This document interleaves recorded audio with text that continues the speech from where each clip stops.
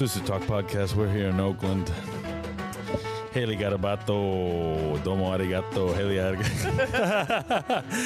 Has anybody ever done that with your name before? A lot. I thought I was going to be the original one. Haley Garabato. Hey, what do we got? What's your official title? I'm the sous chef at Nisei in San Francisco. Sous chef at Nisei in San Francisco. See, I don't do any research before these, but I probably should. No, you know? it's okay. But it doesn't matter. I'm getting to know you. It's all good. So Sucio Talk been a long time coming. God damn, it's been like 4 months. I know. You're like, I'm going to do the show. I'm not going to do the show. It's all No. good. We're here now. Thanks for having me. Yeah, it's all good. So you're at Nisei and you're also doing your pop-up at the same time. Yeah, I do a lot of shit. There you go. What is your pop-up called? It's called Good Funk. So it's with the G umlaut D. So it's been like a lot of iterations of like my pop-ups, but this is kind of like, I guess, the final version so far. But my friend Chris Renfro, he has a wine shop with Janaea in San Francisco and North Beach called Friend of a Friend. Yeah. So he's a winemaker. He's just like all around amazing guy. And like we've worked together for a long time and we started doing pop-ups together. So Dope. What Yeah. inspired the pop-up? What made you get up one day and say, you know what? Pop-up. So actually it started like during the pandemic. So Chris and I, like, you know, we've worked in restaurants a long time and we used to work at Liho Liho. And so we realized like during the pandemic, like a lot of people just kind of like made us feel like we weren't good enough to do like run a restaurant. Yeah. And then we felt like a lot of our mentors and like leaders like weren't really stepping up in ways that felt like they were giving back to the community. It was kind of like a lot of things like, it's obviously a weird time for everyone, but I felt like a lot of things were very self-serving to their image. And so we were just like, how do we give back to community? And we're just like, fuck it. We know how to run a restaurant. We can just, you know, do a pop-up. But he's been working at Alamini Farm and he grows his own grapes there. And there's an outdoor kitchen. He was just like, why don't we just cook here and pass out food for free? And then I was just like, all right, so when do we do this? And then he just sent me, he made the Instagram and then I saw it and I was like, is this it? He's like, yeah, our first pop-up's on Sunday. And it was like a Tuesday that he told me. Yeah. And I was like, fuck, I've never done a pop-up before. So I'm like, how am I supposed to plan one in 5 days? So I was like, fuck it, whatever. Yeah. And then we started doing that once a month. And it's called Feed the People Collective. And it was kind of like a crazy moment for me because like I had never done that before. Yeah. You know, I'd been cooking, but I always felt like, you know, everyone made me believe that I wasn't good enough to do certain things. Yeah. And so then I was just like, fuck it, I'm just going to cook free food for people and then pass it out. How did they make you believe that you weren't good enough? It was kind of like the chef mentality. You're always a cook, never a chef. And that there's always something that you need to work on. And, you know, I always like, you know, wanted to be the best I could be, but it was just always like, there's always someone better than you. There's always something you need to work on. And I felt like also cause I had never been promoted to a sous chef until I was at Nisei it was kind of a mix of like, I wanted to feel like I earned it, but I also wanted to like, you know, push myself to do it. So there were opportunities for me to go work at a restaurant as a sous chef, but I felt like I didn't earn it.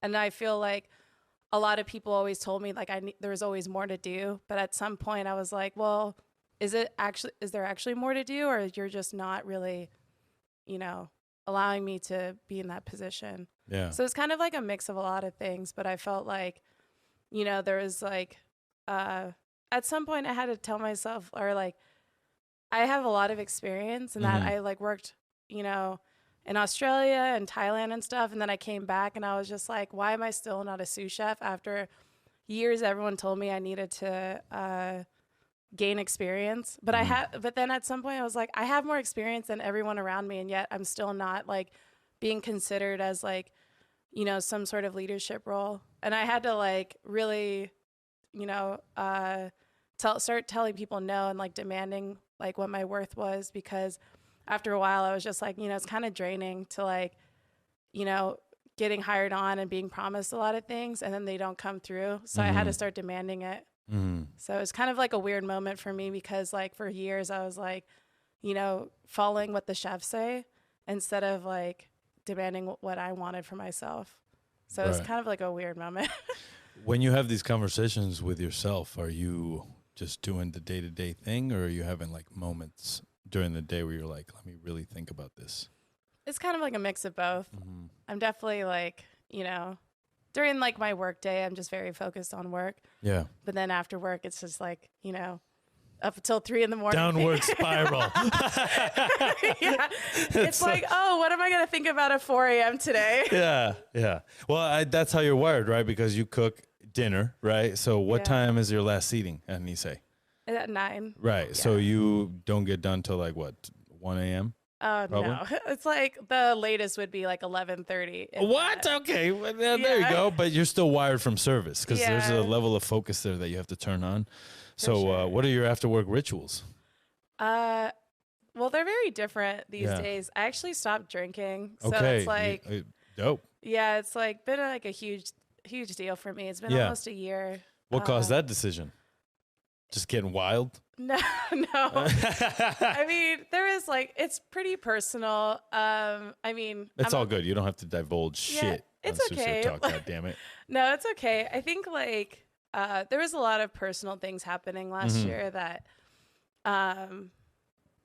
made me realize that like I had been thinking about not drinking for a long time, but I just felt like in a way I was losing control. And I'm okay to say that because like I feel like at some point you realize that like you're kind of doing the same shit every day. And then at some point, if you're not feeling okay and you just keep doing the same shit that doesn't make you feel good, at some point something's gonna like, you know, if like some like personal thing happened and then you kind of just feel like you're just doing it to like pass time by, like I felt like that's what was happening. And so I wasn't like, I personally didn't feel like I had like good coping mechanisms for like things to happen because, you know, we're working so much that, you know, all you do at work is like, you know, you need to focus. And then after work, it's like you have time to like actually think about the day-to-day things. But then it all comes like down to like, you know, you only have a couple hours after work. So it's like you spend time like either going to bars and drinking and stuff like that. And I felt like I wasn't really giving myself time to actually, you know, take care of myself. So I was like, you know, I just stopped drinking. And then now it's like, I feel like I don't really do much, but it feels like I've been used to like, you know, since I've been working in the industry, all I do after work is like go out to bars and stuff like that. And it becomes like a habit, you know, but it's good. Like you get to hang out with like your coworkers and your friends and just kind of like decompress and vent about like service and stuff like that. But after a while, I didn't think that it was actually helping me. It was actually becoming quite destructive. And it was like, I wish that we kind of had better spaces for us, you know, after work. Because I feel like the only thing like this, you know, the Bay Area has to offer after work for us is bars and stuff. And I feel like there isn't like productive spaces for us to actually like be a part of.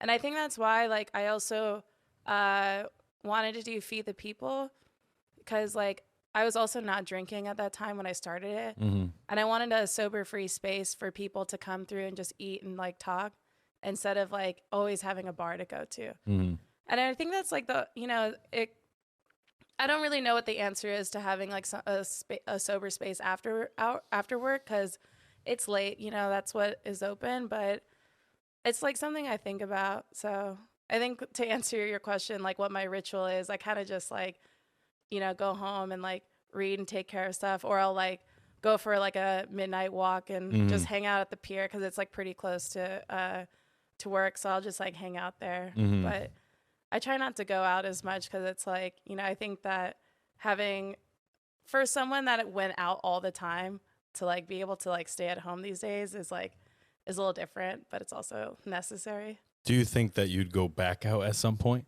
Oh, I always have those moments. Like I always like feel like, okay, I've been at home every day the last like week. I need to go out and do something. I'm very just much like that person. Right. That's good. You have an inner dialogue. Yeah. Which did you know that some people don't have that? You know what? I found That's that out. And I was just like, crazy. that's kind of fucked up because I Right? feel like, I'm like, what do you think about? I wish I could turn mine off. It's never ending.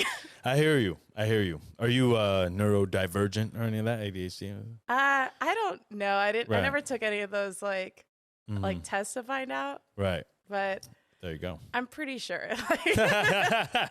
All right. Well, here on Sucio Talk, take it all the way back. Haley, where were you born? I was born in San Jose. So I'm a Bay Area kid through and through. Bay Area in the house. Yeah, so I was born in San Jose. I have a twin sister. No way. Yeah. There's another Garabato walking around here. What does she do?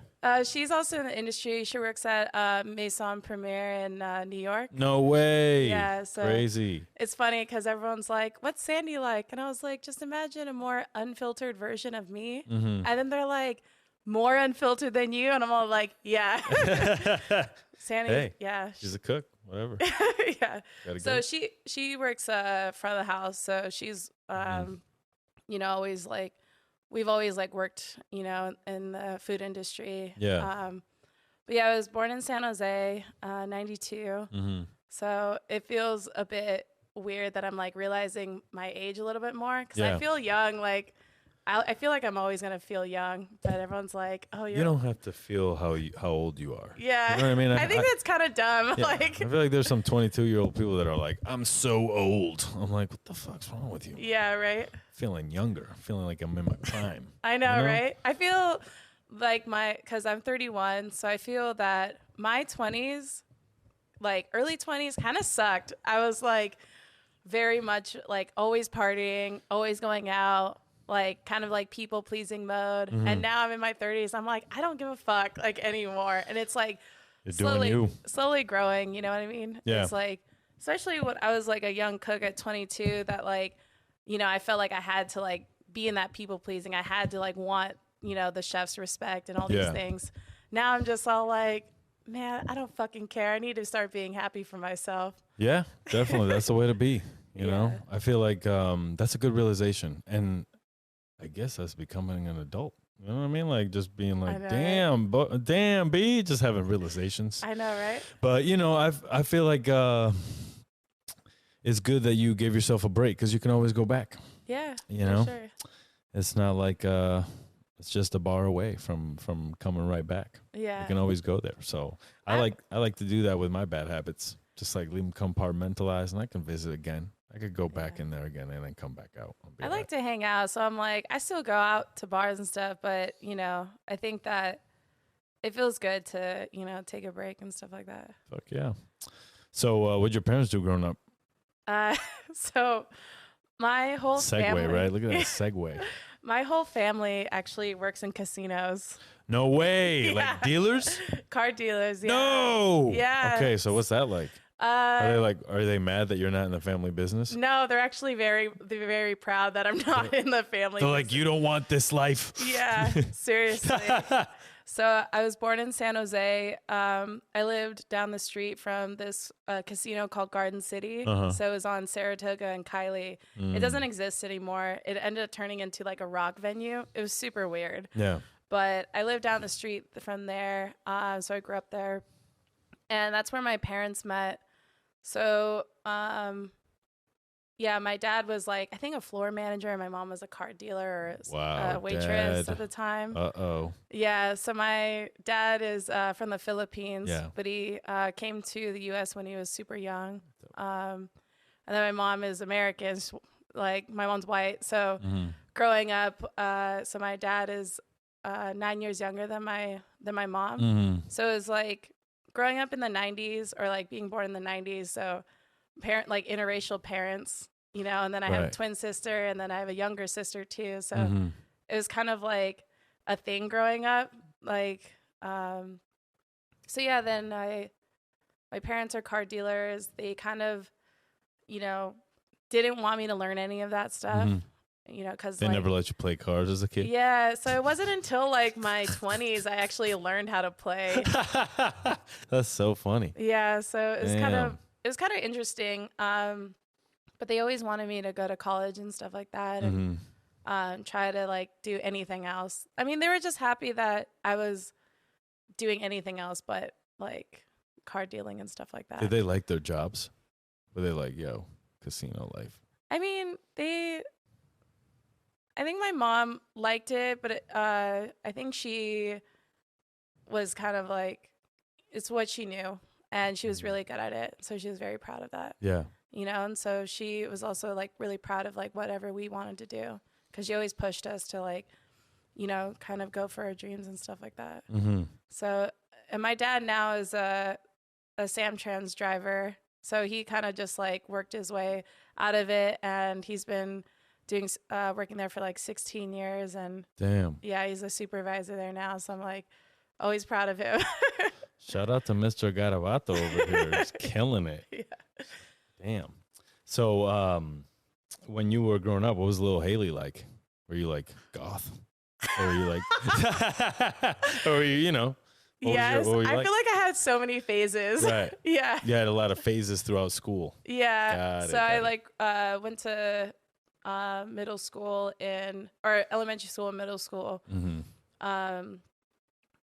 Actually, so my family, we moved to like Madera, lived in this little town called Madera Ranches. Mm-hmm. And I was there until like 3rd grade. So that was like, that was cool because, you know, had like a huge house and stuff like that growing up. Yeah, it was kind of like, you know, we knew everyone in that neighborhood, and I moved out of there when I was like 3rd grade. So I remember it a lot, but it wasn't like, you know, a huge part of like, you know, who I am, I guess. I mean, it is, but it's not, you know. And then went to elementary school, continued elementary school and middle school in San Jose. Mm-hmm. I went to Monroe Middle School. Okay. Shout out Monroe Middle School. Never been there. Yeah. Is it dope? I guess so. I mean, I got bullied a lot. You were a bully. Yeah. Why were you being bullied? I don't know. You were just fucking haters. Right. Yeah. Like, I think I was just always happy, and I just fuck them. Yeah. You know what I mean? Like at the end of the day. Yeah. Hopefully they're watching this. I know, right? Sometimes I'm just Fools. like, I don't want to be an asshole, but I'm just all like, you know, when someone bullied you and then they turn out to be hella ugly later on. Haley, damn. It's like hey, that's like, a fact of life. Yeah. You're kind of like, that's karma.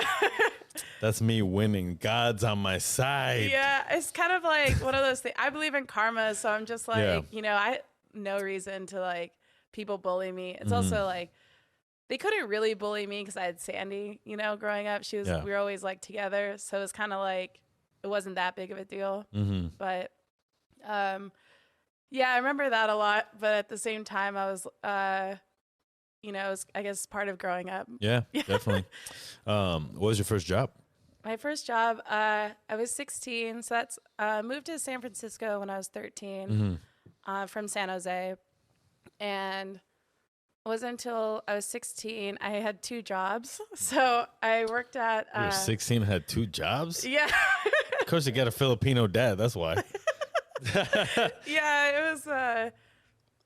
I'm always a bit overachiever in some ways. Like, so I got this... That's why you're on Sucio Talked. Yeah. You know?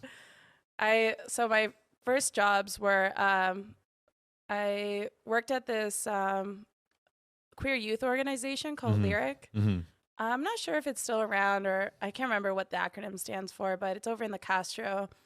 And it was a summer dance internship. Yeah. So we like organized like a safe space for queer youth, and like from, I think it was like ages like 16 to like 22 or something like that. Yeah. So we like organized a dance, and that was really cool because like I got paid to like organize an event.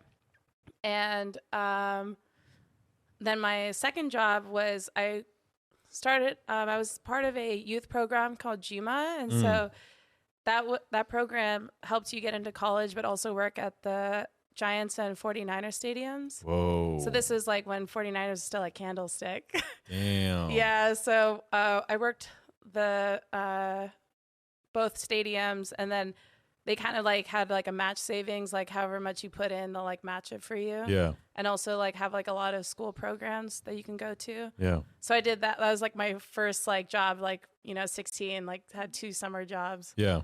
And then since then, I just like always been working. Just been hustling. Yeah. Damn. When you were in school, what were your like college aspirations? Did you really want to go to school, or did you just want to fulfill your parents' dream? It was both. Yeah. So I thought I wanted, there's so many like, I feel like paths that I went down, Yeah. you know? So when I was in, middle school, I thought I wanted to be a surgeon. Yeah. Turns out I saw that you had to be in school for like 8 years. Yeah, that's just after hard. high school. I was like, hell no. Shit, I hope so. I hope they're in school for 8 years. Yeah, like I don't want nobody operating on you, though. I know, right? But I was like, I wasn't really great in school. Like, I got distracted really easily, and if I wasn't super into it, I wasn't gonna do it. You know, so I like got like good grades because like I felt like I had to, but I was never really like engaged with it. And like there's certain like subjects that really like engaged me, and it was like history and then like literature and stuff like that. So I thought I wanted to be a director and like a screenwriter. Yeah. So when I graduated high school, I went to SF State to pursue that. And then I just started partying. It was like, you know, I kind of like graduated, and then I was, you know, I felt like an adult. I was like going out because I didn't really like party and stuff in high school. I feel like a lot of people were like, yeah, like I drank and stuff and like, you know, did all that in high school. I wasn't really like that. Yeah. You know, I hung out with people and like every once in a while, but it wasn't until I went to college that I was like meeting so many people, and like, so I just didn't really care about school. And I also felt like I went to SF State, and I hate learning from teachers that just read from a book. Yeah. Like, I felt like that wasn't really teaching, in my opinion. So I wasn't super engaged. And so after SF State, I went to City College, and that's where I met like a bunch of people that were just like, took a bunch of classes that really engaged me. And so I took like a lot of writing classes and stuff. And I actually could pursue like, you know, if I wanted to do like directing and screenwriting. Turns out I wasn't into it. Really? What didn't you like about it? Well, I think the directing part was too technical. I'm not a technical person. I'm more like artsy and whimsical. Yeah. Like, definitely in my feelings a lot. Yeah. But I wasn't into that. And then I started writing, and I didn't really feel like I had a lot to say. Like I did and I didn't. I felt like a lot of the screenwriting that took place in the classes that I had were very like white and Eurocentric. Yeah. And I don't think that there was a place for me. And that's kind of like a loaded statement, right? I feel like there's always a place for somebody, but I didn't, in that setting, I felt like in that class, I didn't feel like I fit in. Yeah. And I don't think other people understood where I was coming from. So I didn't really feel like that was like my community, you know, and I felt like I didn't want to feel like I had to force myself into a community that didn't accept me from the get-go. And that's kind of like what, you know, how I felt for a long time. And it wasn't really until I started cooking, like that was kind of like a year after I decided to drop out of like, you know, those classes. So my twin sister, it's funny because we have like obviously sibling rivalry. Really? And she's like my twin, right? So it's always like this sentiment of like always trying to be different because we look the same, you know, and she'll like attest to this too. But she started culinary school before me, and she like was like really into it. And I always thought about like, you know, even when I was young in San Jose, like I remember just thinking like, you know, I want something that I can cook and travel. Yeah. You know, but I didn't really think like cooking was like a real like goal for me because my parents were always like, you need to go to college and stuff like that. Like you need to do all these things. But they just wanted me to like pursue something else besides, you know, working casinos.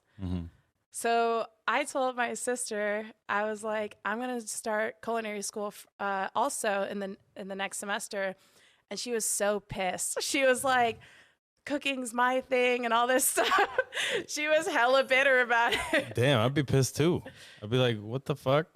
And the way you were just saying, if I was her, I'd be like, now all of a sudden you've had dreams of being a chef since you were little. I I know, right? Did you go to the same culinary school she went to? She ended up dropping out this semester. Oh, why? Because of that? Because she's salty. Yo, that's crazy. No, she like had other things going on, but so I got accepted into the culinary program. There was like a lot of things. Like I basically, from when I graduated high school to up until that moment, Yeah, I had like I was like 22, maybe 21 at the time. I think I was 21. There was like a lot of like personal like things that I was like going through because I was just kind of being, I didn't want to be at home and I wanted to like do a lot of like things on my own. And so I kind of just like went to SF State, dropped out of that because I partied too hard and then took a year off. And it wasn't until I started working at this cafe called Chasing Lions. Yeah. So which is like the first cafe from Keba that owns Red Bay. So they, I will never forget this because they really like took me under their wing and just made me realize that like, I had a lot to offer instead of just like kind of, I felt I wasn't really going anywhere, and then I decided to go back to school and they gave me a job. It was the cafe was at City College. And so they gave me a job and I was so happy because, I really wanted to work there. Yeah. Even though it was a cafe, I just felt like I wanted to be in a position to go back to school. Mm-hmm. And that's when they really pushed me to do that. And then I told them, I was like, hey, I wanted to go into culinary school, and they really helped me. And they were just like, whatever you want to do, like, we're here to support you. And it was nice because, like, I would always, like, watch them, like, making sandwiches and stuff like that. And I was like, damn, I want to do that. Like, I liked cooking at home, and I was just like, okay, I'll just make these sandwiches at a cafe. And then I went to culinary school, and everyone told me, like, dude, it's always like, oh, you're not going to make it. You're going to work too hard, like all this shit. And I was like, okay, just let me do whatever the fuck I want. Because I'm also like, I'm hella stubborn. All of my friends, like, say that, like, I'm pretty stubborn. Yeah. Like, I kind of do whatever the fuck I want, and then I cry about it later. But, like, that's a good way to be. Yeah. At least I'm, like, trying something different. But, like, I remember, like, so I was working 2 jobs. Like, I was working at Chasing Lions, and then I was working at Little Skillet. And this is, like, where I was a little apprehensive about being on the show because I got a lot of shit to say. And I'm just, like, I don't want to really, like, call out people, but these are, like, my experiences, right? Hey, it is, like, what it is. That person that you have an issue with, whoever they are, they have people that love them. So yeah. They have a mom and a dad, and maybe they don't, but they got somebody in their life that, whatever. Yeah. It's all good, bro. It'll be fine. So say it with your chest. It's all good. So I remember working at Little Skillet, and I remember, I was trying to work in the kitchen because, like, everyone was always giving me the runaround. You don't have an experience. Like, we can't have you in the kitchen. I was like, all right, fine, whatever. And then I told them, I was like, I really want to work in the kitchen. They're like, well, you can volunteer. And I'm all like, trying to volunteer for what? I got to work. Like, I don't got extra time to do, like, volunteer work in a kitchen. That's also work, And so I was like, telling them. And then I got pulled aside. And then, one of the owners was like, so what do you like to do in your spare time? And I was like, well, I like to read and, like, study, like, cooking and stuff like that. And he's like, oh, I find that hard to believe. I'm like, what? And then he was just like, so where do you, like, see yourself? I was like, well, I really want to cook. And he told me that I basically needed to pick a new career because he didn't think I was going to last. Damn. And he didn't even see you work yet. No. And damn. I'm like, that's fucking funny because you can't even hold a line cook for more than a week. I was like, oh, so you roasted him. Well, obviously I couldn't say anything. I was like, I think I was like 21 at the time or 20, couldn't remember, but I was so mad. I was pretty livid, because I was like such a hardworking employee. Like, I worked, so basically I was like a cashier, but I basically ran the whole floor. So I was like expoing all their tickets, like, and then just managing the whole floor by myself. And then even they always commented how I made more money than most, like, people. And I was like, that's crazy because I'm fucking good at my job, even though I'm, like, hella young. And so the fact that they wouldn't give me the time of day and they hella disrespected me about like me wanting to pursue cooking, I was just like, I was so mad. I was just like, I can't believe that, like, you know, like they're willing to give other people a chance, but they see someone like hardworking, and then it's just kind of like they kind of blew me off. Mm-hmm. So I was like, fuck it, like, you know, fuck this job, because I don't want to be anywhere where someone like wants to blatantly disrespect me about like pursuing what I want to. Mm-hmm. So then literally the next day, it was so crazy. The old sous chef there hit me up, was like, so I heard you want to like get into cooking. I have a pastry assistant position for you. And I was like, fuck it, I'll take anything. Yeah. Turns out I had no idea what the fuck I was doing, but I was like assuming, like under the impression that I was going to work with someone else, but Yeah. it was a pastry assistant, but I was assisting myself. Like, you were the pastry chef. yeah. And I was just Damn, B. and I was just like, I felt so like, how am I a pastry chef? And then they were just like, I had to do it for 3 different restaurants. So this is for Gitan and Cafe Claude. And then this is, I don't think they exist anymore, but I was just like, fuck it, I'm in the door, right? Yeah. And then I did that for like a few weeks. Maybe it was like a month or 2. I can't remember. But I remember the executive chef of Gitan was like, you're not a pastry chef. I was like, yeah, no shit, dude. And then he's all like, it's all right. I got someone for you. Yeah. So then he set me up with a stage at Hawker Fair in San Francisco, and it was on Valencia Street. And I remember it was a Saturday night, and they like were open for like a month, and they had me on like garde manger, you know, making the papaya salads. Yeah. And I remember like, you know, so how to make the papaya salad, you have a pok, and then you basically, it's like a giant wooden mortar and pestle. Sometimes they can be clay, just depending on what kind of salad you're making. So you have to like hit the papaya with like this, you know, in the pok, you know, to like soften the papaya and stuff like that. And I remember doing this on my stage and having like chili and lime juice going into my eye. And I was just like, I want to work here. Like, it was just like, you know, it was so crazy. So much fun. Yeah. It was just all like, you know, like, it was so spicy, and like, I had never eaten anything like that. And, you know, my, the CDC chef, he owns Funky Elephant, in Berkeley and in San Francisco. So he's like my first mentor that like actually took me under his wing to show me like, you know, to actually like want to teach me. Yeah. So I was pretty like happy about that. And that's kind of like where it took off for me. So I was pretty. Damn, that's a fucking wild journey just in your little bit. Yeah. To start. I was kind of like, you know, I understand that my personality is not for everyone. You know, like I'm pretty, can be very abrasive in some ways, but I'm also like, you know, it's hard for me to understand like how people feel about me in a way where it's just like, I'm pretty whimsical, and like, you know, I'm always like thinking of like, you know. Do you care what they think? Yes and no. These days, probably like not as much, you know, but before I really did care, you know, because I wanted to be in it so bad. And I think like, you know, getting back to, we're talking about being a part of a community that didn't accept you. I feel like the chef industry, like culinary industry, was a very interesting one for me, because I felt like half people didn't accept me, but half did. And I was like, fuck it, I'm still going to do it anyway. Versus the other times I tried doing something, I didn't really I also felt like mixed emotions about, you know, people like being accepted into certain spaces.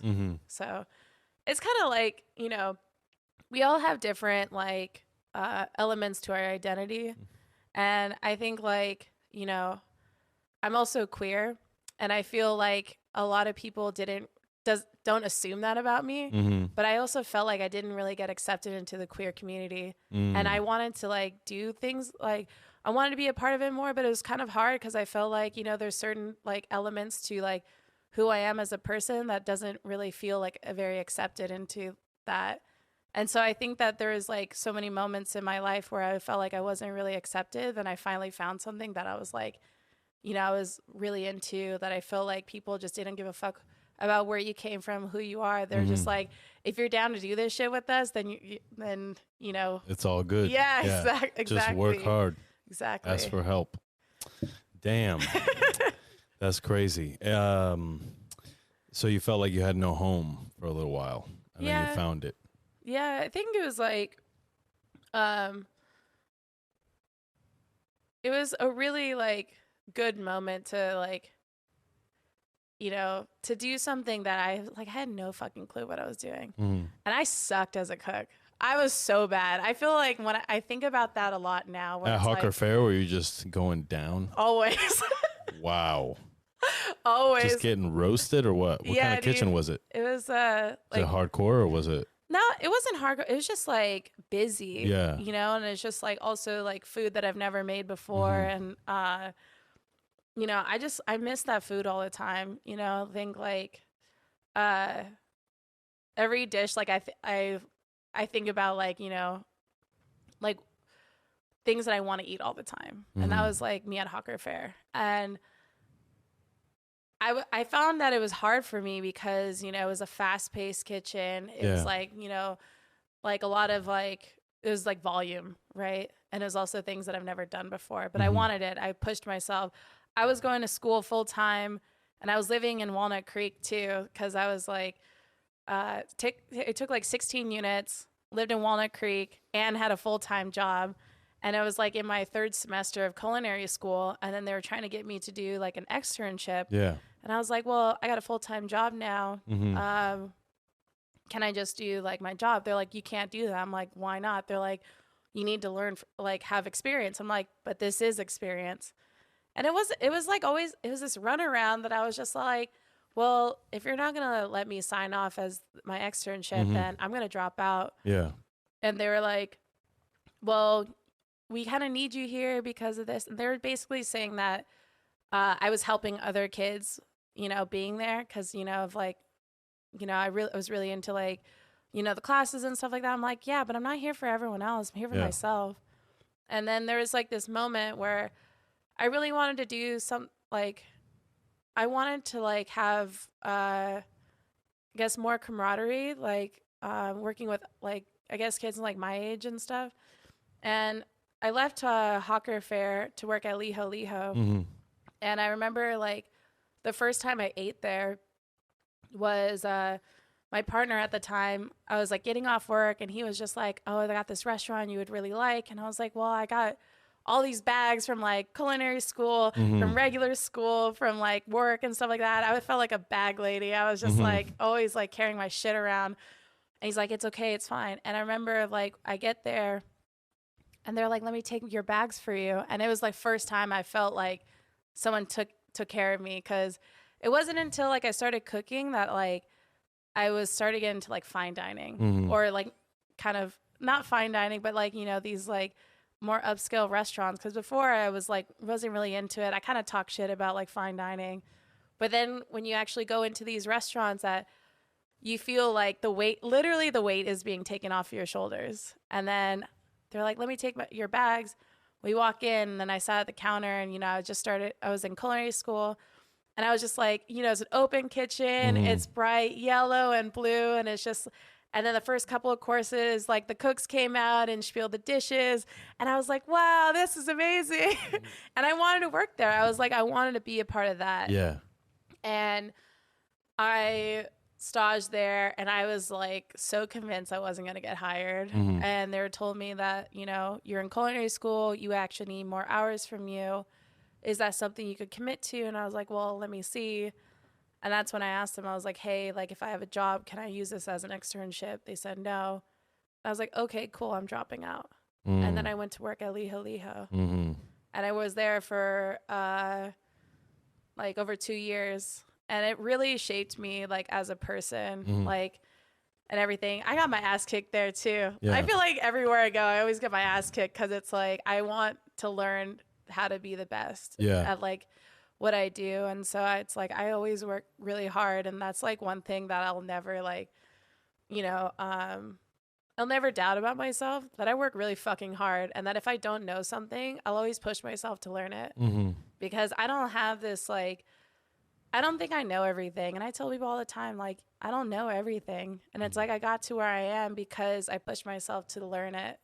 So I was there for 2 years, and there's so many things. Like, you know, it really shaped me who I am as a chef, because I think about these moments at like these places like Hawker Fair, Liho, that really prepared me for, you know, the steps later on. Because if I hadn't learned these things from them, like they really were the foundation of who I am, like as a chef. So.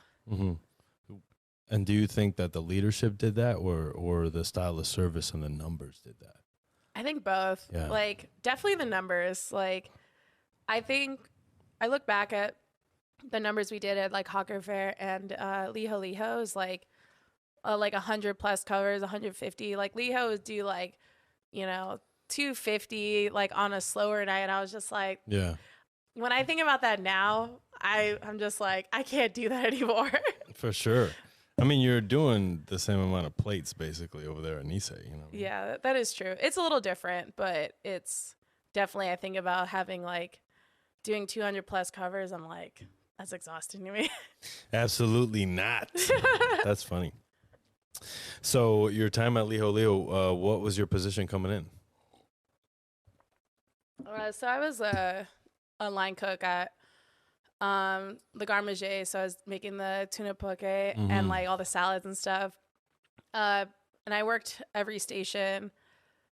I definitely think that the stations that kicked my ass the most were the fry station, because they have like, there's, you know, so many courses like in the it's like appetizer, and then like the like basically in every section of the menu, there was something that come off fry station. There's like 10 different aiolis, and there's a lot of shit. So 10 different aiolis. Yeah, there's one Roboco top. We would make, I swear to God, we make like 18 quarts of aioli like every 2 days. Would you make one base and then flavor it? Yeah. Got it. Yeah, I mean, that makes the most sense. Maybe I'm like being like a little dramatic, but it was just like that restaurant, like we went through so much, but it's like, that is like. Are you like separating eggs for this? What's that? The mayo, separating eggs for the mayo? Yeah, it's a little. You guys are going hard all the way in. Yeah, so God like, damn. it was a lot, you know, especially with numbers like that. So it definitely like pushed me to like be organized with my time. Yeah. And then especially like floating, you know, doing all of like the prep downstairs. So we, you know, they put me downstairs, and then I was there for like, I don't know, probably like 6 months, you know, because I was like, damn, I fucked up on the line so bad. I went downstairs. To cry in the walk-in? What's that? Cry in the walk-in? Oh, so many times. You know. So the poke station, were you guys, or the Garabato, were you prepping your fish all the way A to Z, or was there a butcher? No, there is a butcher. So I'm glad that you mentioned that. So like, I felt like every place that I worked at would always have a butcher or like someone preparing, you know, your proteins. And you never really got to like touch any of it, you know? So it was like, I always felt like, you know, there's always this like huge weight on like portioning, you know, and obviously like, you know, there's like the margins and stuff like that. But I don't think it gave an opportunity for like chefs to really like appreciate everything on their station to like start to finish, you know, because you had other people prepping it for you. And it wasn't until I moved to Australia after Liho that I really had that appreciation for it. So my sous chef, one of my sous chefs at Hawker Fair, him and his girlfriend moved back to Australia, and they were like, when are you gonna move to Australia? You know, when are you gonna move there? And I'm like, I don't know. Like, when are you gonna move there? Yeah. And I was like, you know, I didn't really feel like it was the right time. And then when I started Liho, they were like, you know, 6 months in, my friend Nathan, you know, he's the one that offered me to like move to Australia. And it wasn't until like after 2 years, I was like, okay, this is like a good time for me to move on. And so I moved to Australia after Liho, and I staged at Californios for a week before I had moved. And that's like, I had met Chef David like beforehand. You know, it was always one of those people, like I had eaten at Californios and then I would just run into him all the time. And then that's how I became friends with him. Right. There's so many people that I feel like that's how I became friends with. And then we'll be like, oh, when did we actually meet? And I'm like, I don't really remember. Like, but I was like, I finally got a stage at Californios, and because I told Ravi after I ate there, I was like, I really want to stage there. And he was all like, you should really just think about all the things you can learn here at Liho. And I was like, oh, okay, cool. And then I gave my notice, and then I told them that, you know, I was moving to Australia. They're like, well, what are you going to do in between, like, you know, when you leave to, like, when you move? I was like, oh, I'm going to stage at Californios for a week. And then I worked there, and I was just like, damn, like, if I had actually staged here while I was working at Liho, I probably would have left Liho to work there. Yeah. Because I loved it so much. I was like, and that was the first, like, fine dining, like, true fine dining restaurant that I'd staged at.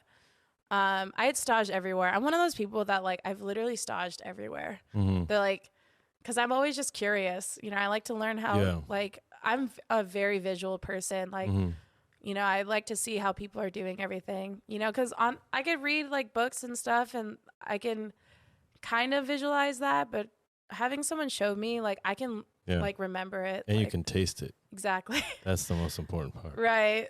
So I staged for a week, and I was just like, damn, I really ain't shit.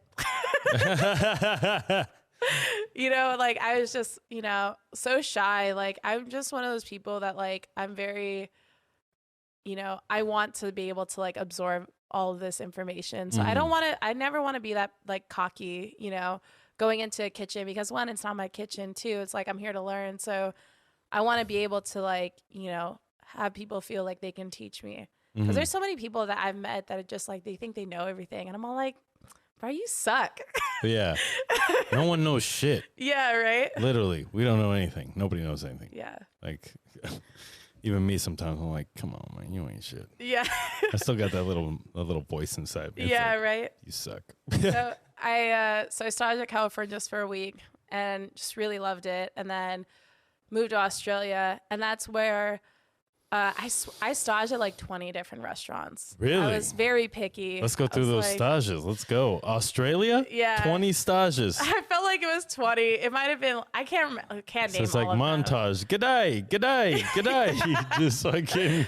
Yeah, because I was just like very picky about where I was like, I had such I had it on a pedestal, like first restaurant in Australia. I wanted it to be the best. And, I staged at so many places. I just wasn't really happy with it. And like, there's certain places. What didn't you like about it? There's a lot of restaurants that there's a lot of restaurants that were dirty. But like, I'm not going to say.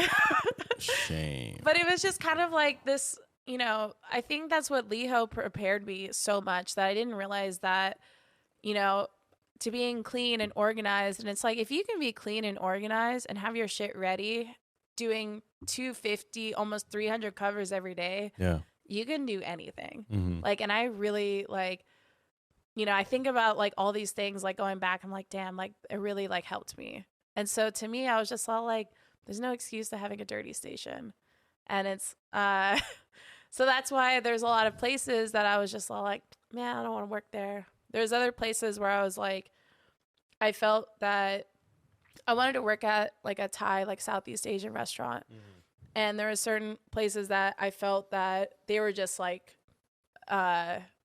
pushing numbers, like 600 covers for like, I forgot there's this Thai restaurant in downtown Melbourne. Like, and I didn't want to do 600 covers. I felt like that's just like too much. That's crazy. But yeah, I did end up working at this restaurant called Anchovy. And it was super far from where I lived, but it was a. How'd you get there every day? I took the train, and then I would have to walk like, I think it was like 4 miles after work, just so I can call a cheaper Uber, because I wanted to work there that bad.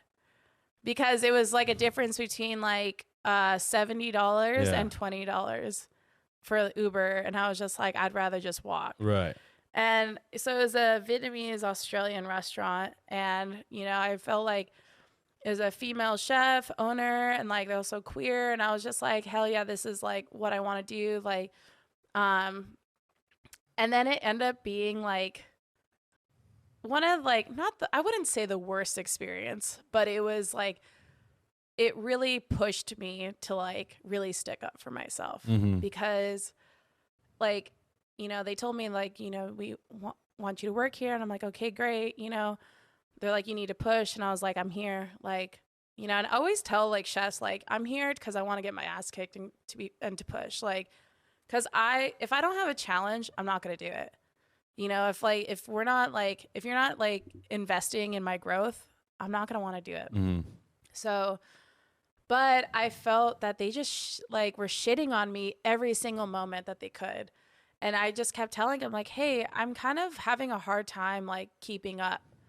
You know, there was like basically, you know, we couldn't come in earlier than like noon, you know, because the restaurant wasn't open. But then we would deep clean for the first 45 minutes. And then. Didn't you deep clean the night before? I don't know. It's just out of principle? Yeah. And then. It's the dust, mate. Yeah. It's right through the screen door. So it was like, wasn't really until 1:00 that we could, you know, start prepping. And then we had to sit down for staff meal at 3:30.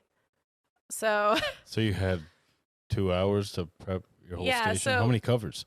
It was about like 60 to 70. Tasting menu? It was a la carte and tasting. And then there was like, you know, because it's a Vietnamese restaurant that there are certain sauces that we had to make fresh every day. Yeah. You know, and like grind it with the mortar and pestle. And like, wow, I think that's a sight. Her flavors, I think, were amazing. Her as a chef, I think it was pretty awful.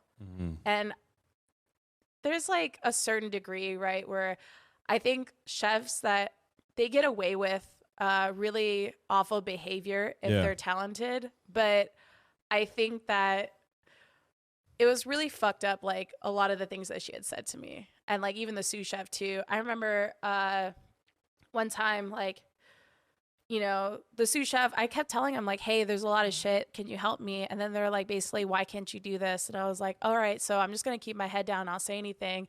And then when like service came around, I'm not ready. They're like, you know, basically no matter what I did. Why aren't you ready? Yeah. And I'm just like, I remember one time, like there was a moment where the sous chef, you know, it was like 6:30. I'm still prepping. And then he's all like, you know, he's like, it's 6:30. Why aren't you ready for service? You're still prepping.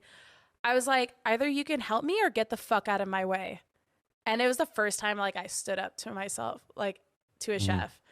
And I was just like shaking. I was like, oh my fucking God, I can't believe I said that. What did he do? And he just walked away. Oh. And I was just like, I was literally like every single day he would just like shit on me. And I was just like, dude, I'm really trying. And it got to the point I was so stressed out. Were they setting you up? Like sabotaging you? Like, I feel like they were. Was your list way too fucking long? It was, well, because, so I worked the larder. So basically I prepped all of the, all of the salads, all of the sides for all of the entrees and desserts. So every entree had a side of like herbs and like lettuce and things like that. And then I did all the pastries. And I remember one time, like, so the chef was like, this is how you make granita my way. And I was like, okay. So she's like, you basically have to whisk it every 30 minutes or so. So she said like, so the sugar doesn't settle to the bottom. I was like, whatever. Okay.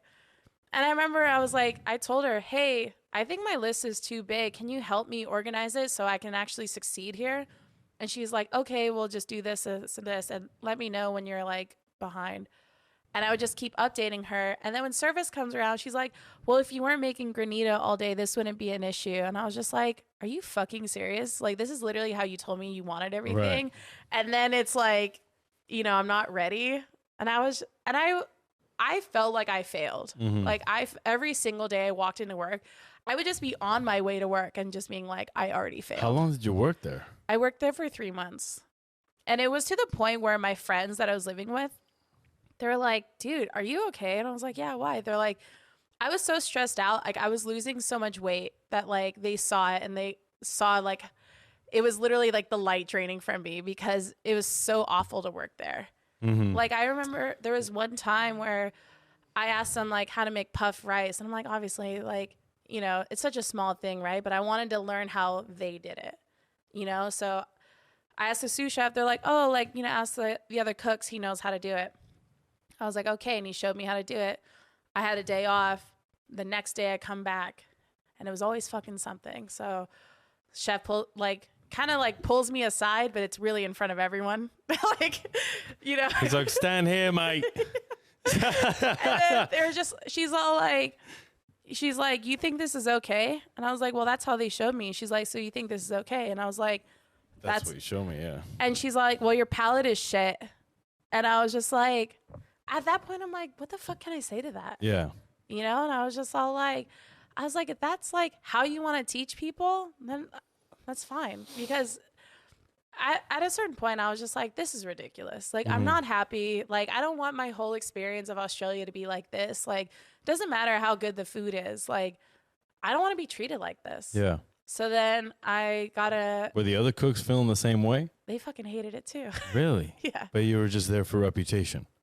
It was reputation. Or because the food was good. Yeah, it was kind of like, you know, I wanted to work under a female chef. Yeah. You know, and like, because I'm half Filipino, so there's not a lot of like Asian female chefs that like, you know, that's what I want to work under. I want to work Asian restaurants. You know, a lot of people are surprised. I don't know a lot of French technique because I've always worked at Asian restaurants, and they're like, how do you not know these things? And I was like, because I actively didn't want to work at European restaurants or like had French technique. Obviously, it's important to some degree, but I was kind of like tired of this ideology that European like technique was considered superior and fundamental. I'm like, fuck y'all. Like there's like thousands of years of like history in like Asia and like all these like other countries that like, you know, are older than France that like, you know, so for the longest time I was super against learning like French technique. And I think, you know, I know obviously some, but I'm just like, I don't really care to like learn it. And at some point I will, but it's like, I think for me, like learning that part of like that kind of like style is really important to me. It's not a priority. Yeah. It doesn't need to be either. Because there's enough people focusing on that shit.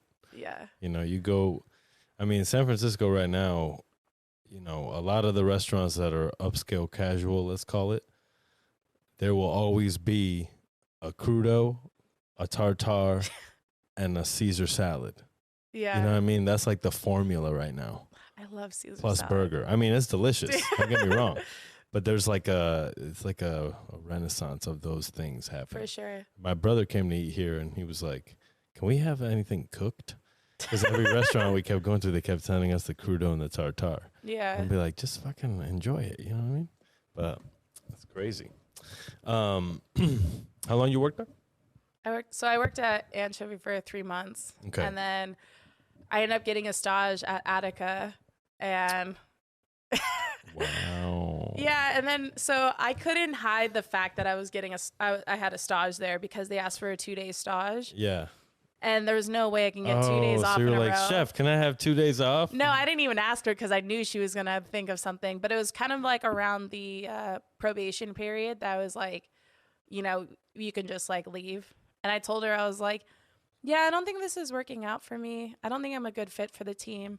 And she's like, is it my management style? Is it this? Is it that? And I'm all, I really want to be like, that's yes. mad insecure, yo. I feel like you're like, I'm leaving. She's like, what is it, me? Yeah.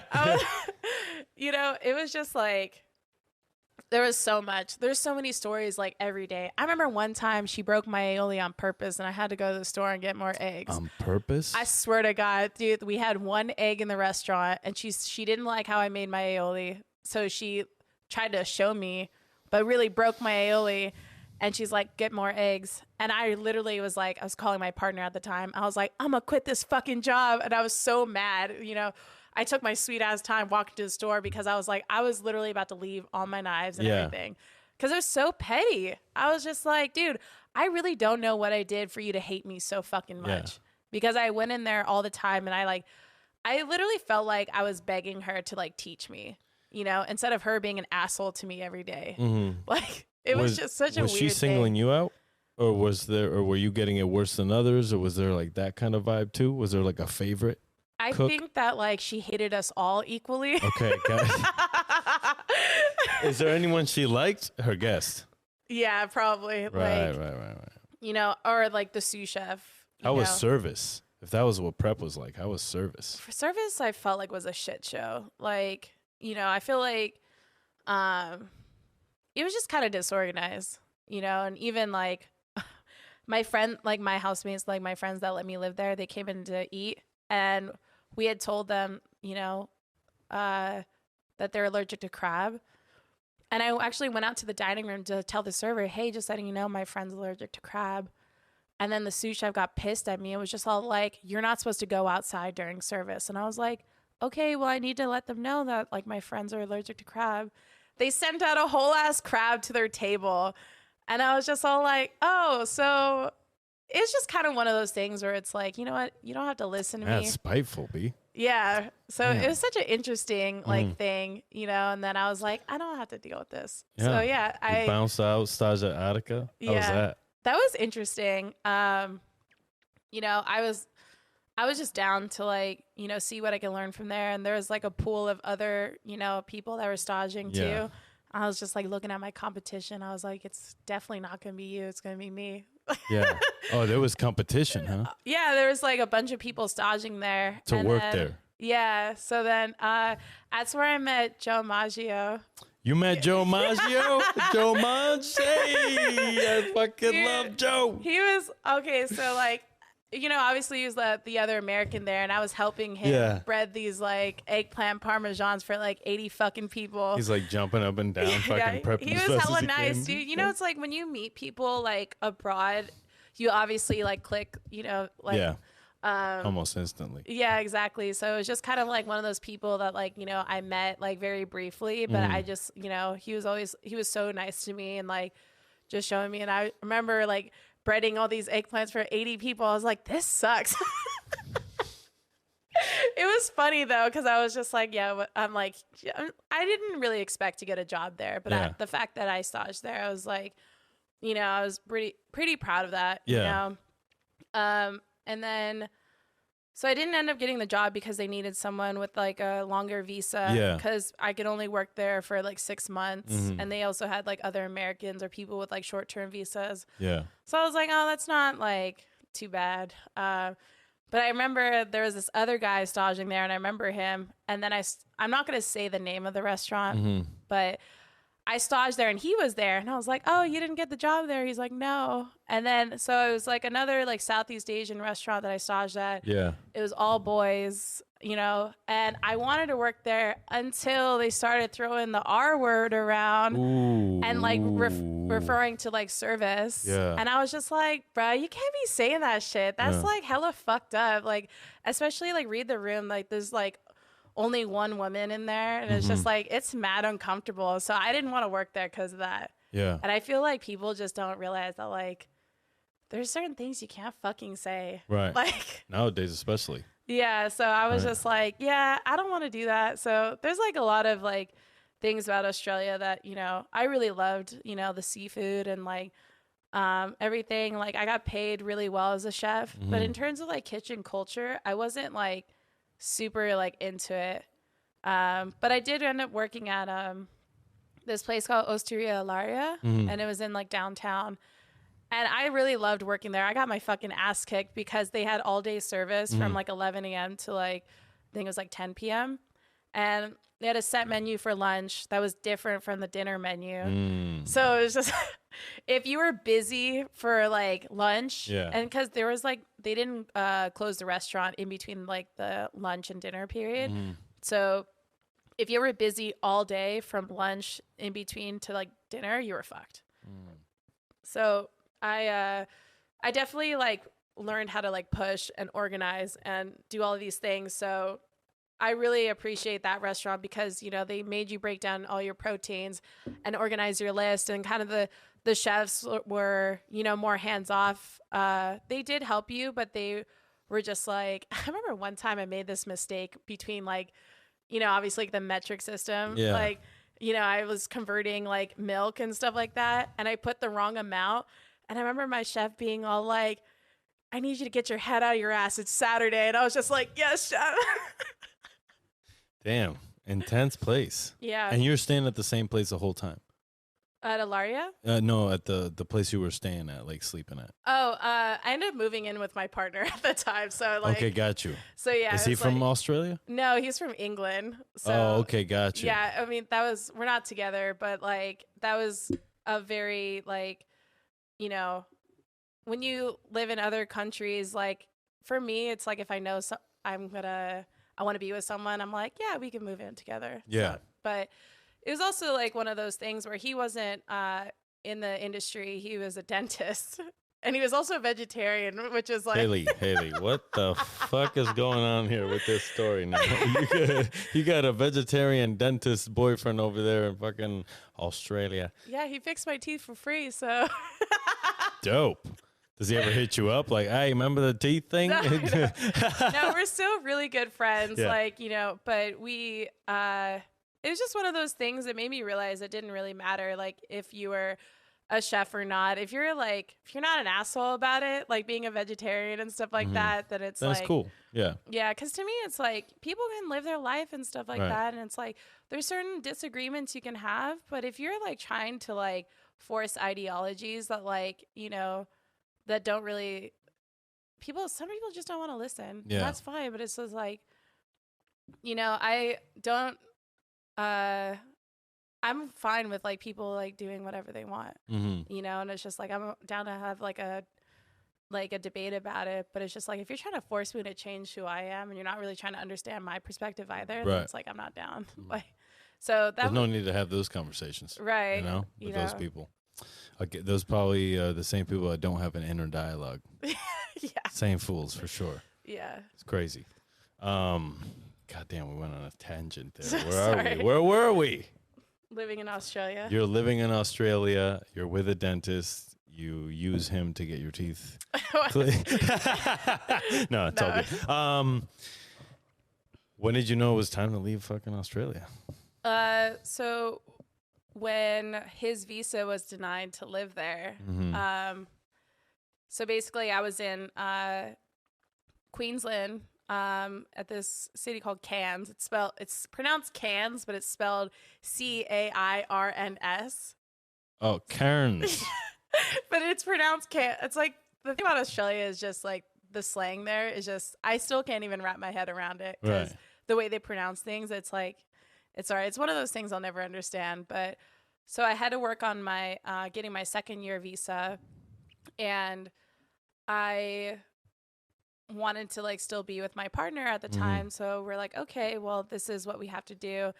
And if you're getting your second year visa, you can decide either to do farm work or work in zip codes where there's like tourism. Yeah.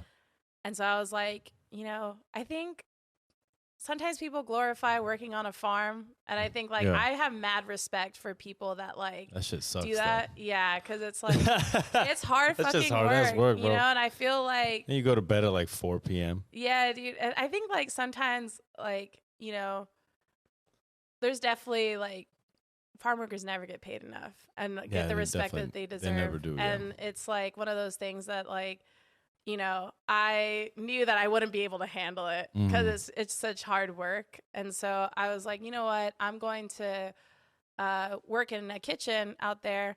And it's just like a tourism like city, a tourist city.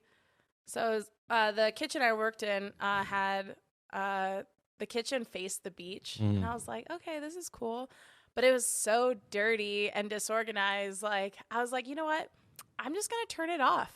Like, you know, I can't like stress about this because it's just going to like weigh too much on me. So I worked there for like a week. And I remember my second day there was like the whole week was just crazy because my second day there, I rode my bike and I it was like 98 degrees outside, 1,000% humidity. It was just so hot. And I didn't eat breakfast or anything. I was like, yeah, I can do that. And I just like rode like 5 miles on the bike. And then I get into the kitchen. I was like, oh, I don't feel so well. And I passed out in the kitchen from heat stroke.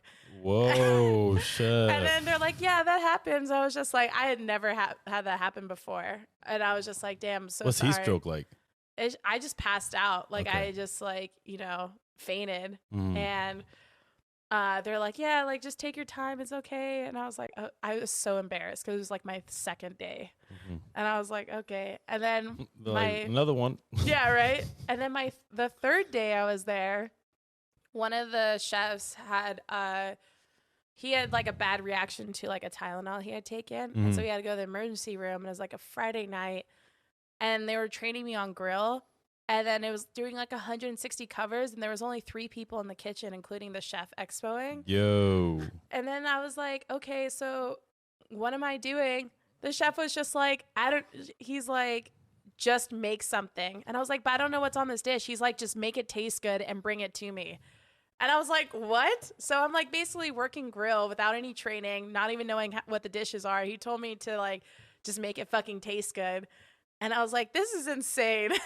That's nuts. And then I heard like my partner got his visa denied. Yeah. And it was like the whole reason why I was up there, you know? And then I was like, fuck, like I don't want to be in Australia if he's not there, you know? And it's kind of like, you know, I could have stayed, but really I just wanted to be with him.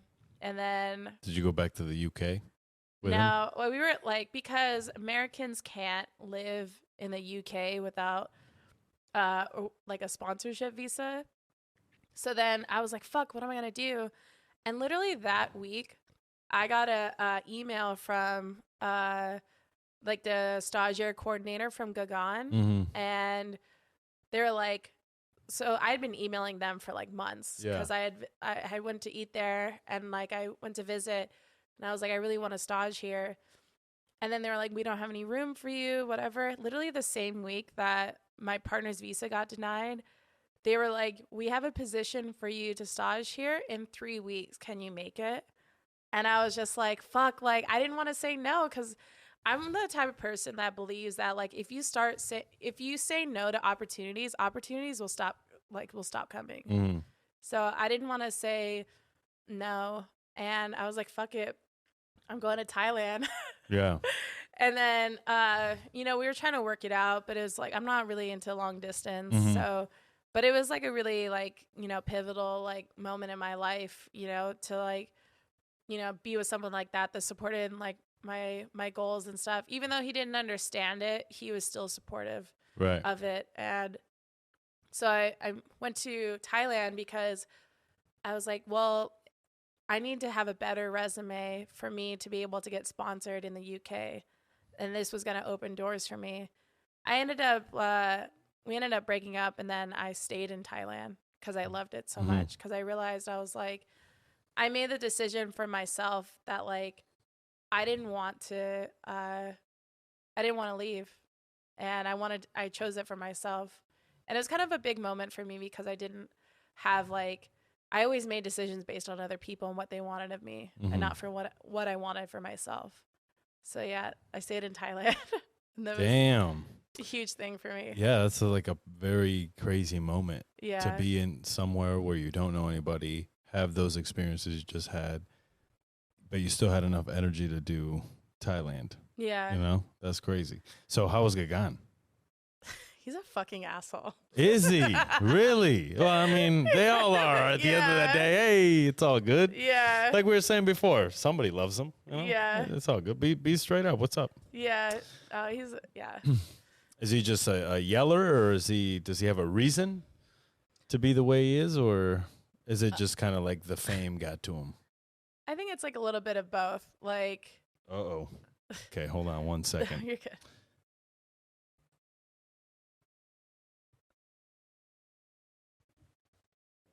Talk about your experience at Gaghan. So, asshole. Cool. I mean, is it in pursuit of his perfection, or is it just his attitude in general, just as a human being? I think as his attitude, like as a human being. I think like being at Anchovy and being at Gagan were some of the hardest experiences I have and really shaped me. I don't think in a very positive way, but I think that I learned a lot from that. Yeah. And I think that like I don't necessarily agree that you have to experience hardship for you to learn something, you know? And I don't think trauma is the way to learn something, but I feel like I did learn the most out of those experiences. But a lot of, you know, whether or not it's like what you learn, what you want to do versus what you don't want to do, I still think those are positive experiences if you want to take it. If you want to like accept them as like learning experiences. Yeah. But I think that like both those restaurants really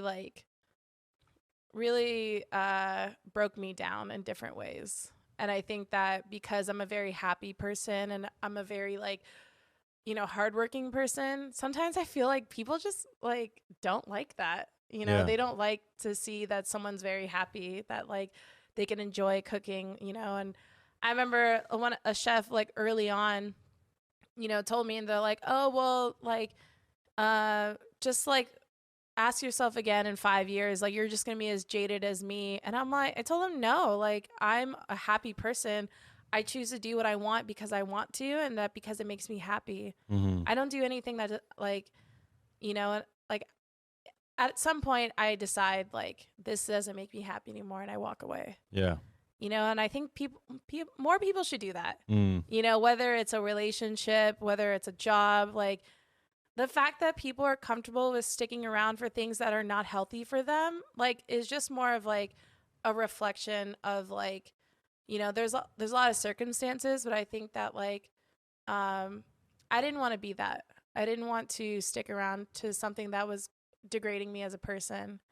And I think that was those restaurants really like made me doubt who I was, made me like doubt who like my skill and all of these things. So, but I made so many friends from there. It was kind of like a trauma bonding like thing.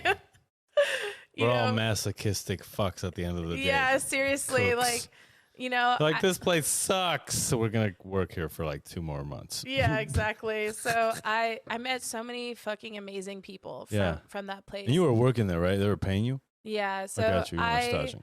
So I staged there, and I met so many like amazing people. My homegirl Cecilia, you know, she's like my ride or die. Like she was my my roommate. So they gave like a roommate for when you're a stagiaire, they give you accommodations.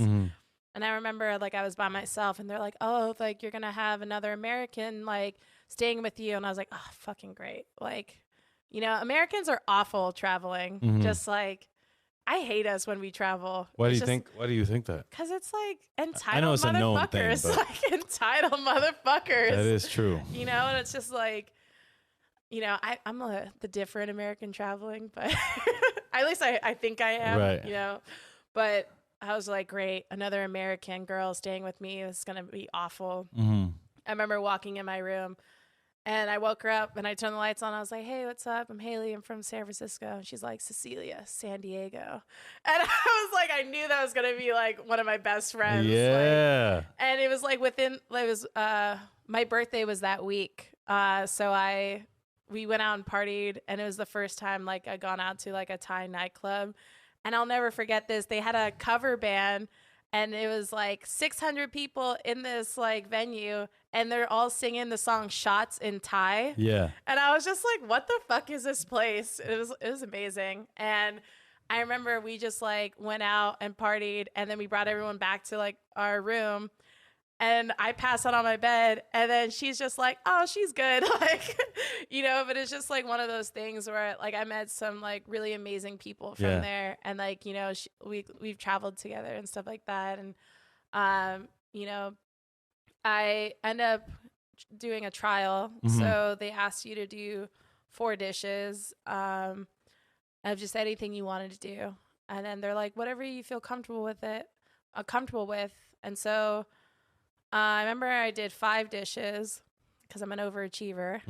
And it was honestly the dishes sucked. I was like, but the whole point, which I told them, I was like, chef, like, I know you told me to do what's comfortable for me. Yeah. But the whole point of me being here is to be uncomfortable, to learn something new.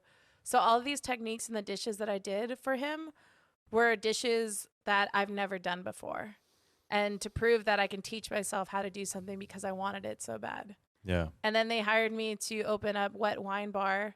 And it was their natural wine bar. And so natural wine was like a huge thing for me, like, in Australia and in Thailand, because I had never experienced that. And it was really what shaped a lot of myself and even just like the pop-ups I do now, And so I think that to have I gotta give a shout out to my friend Otra. Like, he lives in Thailand. He's like one of my greatest friends, and he really he's a half Burmese, half American, and so he understands that how the wine world and Asian culture is so fucked up that first of all, I'm gonna say this right now, it's if you pair Riesling with spicy food, I'm probably gonna get hella shit for this. I think it's lazy. Really? I think it is, because it's obviously I understand that it's it's an obvious pairing, but I think that is just a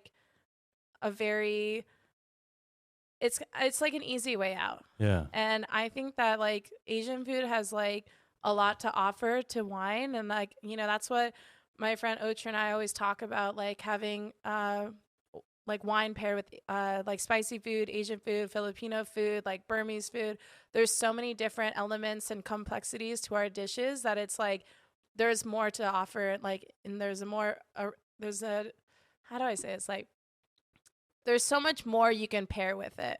And that's what made me really push to start cooking more Filipino food. Mm-hmm. And I think I really started cooking more Filipino food when I was doing my pop-ups for Feed the People, because I was kind of against it for a long time, because I always felt growing up, everyone always told me I wasn't Filipino enough. They're like, oh, you're more white. And I'm like, but how could I be more of something if I'm half? And they're like, oh, well, you just act white. I'm like, what does acting white mean? It's just when you really get into that, it's just there's these prejudices that people even have of if you're part of that community, because they don't perceive you as being enough of something. And I was kind of tired of that. So I was like, fuck it, I'm just going to make whatever the fuck I want to. If there's certain chefs that can make money off of Asian cultures and they're white, and I can't make the food that I grew up with, that I identify with, or I have an immense love for, that why am I getting shit on more? You know what I mean? So it's kind of it's these double-edged swords that I feel people just want to something to complain about. For sure, that's it. They don't have no problem, so they make you the problem. And it's just just dude, don't ask anybody's opinion. That's what I've come to the realization of. I'm just gonna do me. Yeah, you can just either follow it or don't. I can't keep up with anybody, and you can't care what everyone is thinking. And right. Even the best people, the best chefs in the world, would take away from your best dish if you asked them what you should do or what you should change. Then it's not your dish anymore. Yeah. So it's have your dish, even if it's a fucking shitty dish. It's your dish. It's your shitty dish. I also recently, so I did a pop-up in Bangkok in March with my friend Otra and then my friend Radek, and it was just such a beautiful experience, because it was my first international pop-up, and it's pretty badass. Not a lot of people can say that. Yeah. So when I told you, as you asked me about being on Sucio Talk, I was like, sorry, I'm in Thailand now. So we all used to work together. And so the pop-up was so much fun, because it was at this natural wine bar called No Bar Wine Bar. The owners are just incredibly nice and respectful, and just they're such down-to-earth people. And then, working with Radek and Otra, we just had this I hate the word fusion. I really do. Yeah. But it really was a you know, my friend is Polish conglomerate. Yeah.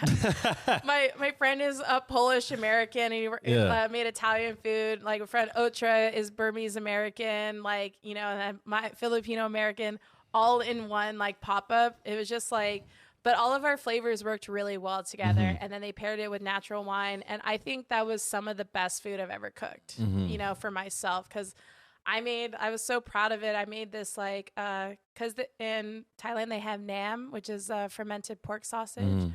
I made basically a longanisa hot dog, but like fermented it, like did fermented pork.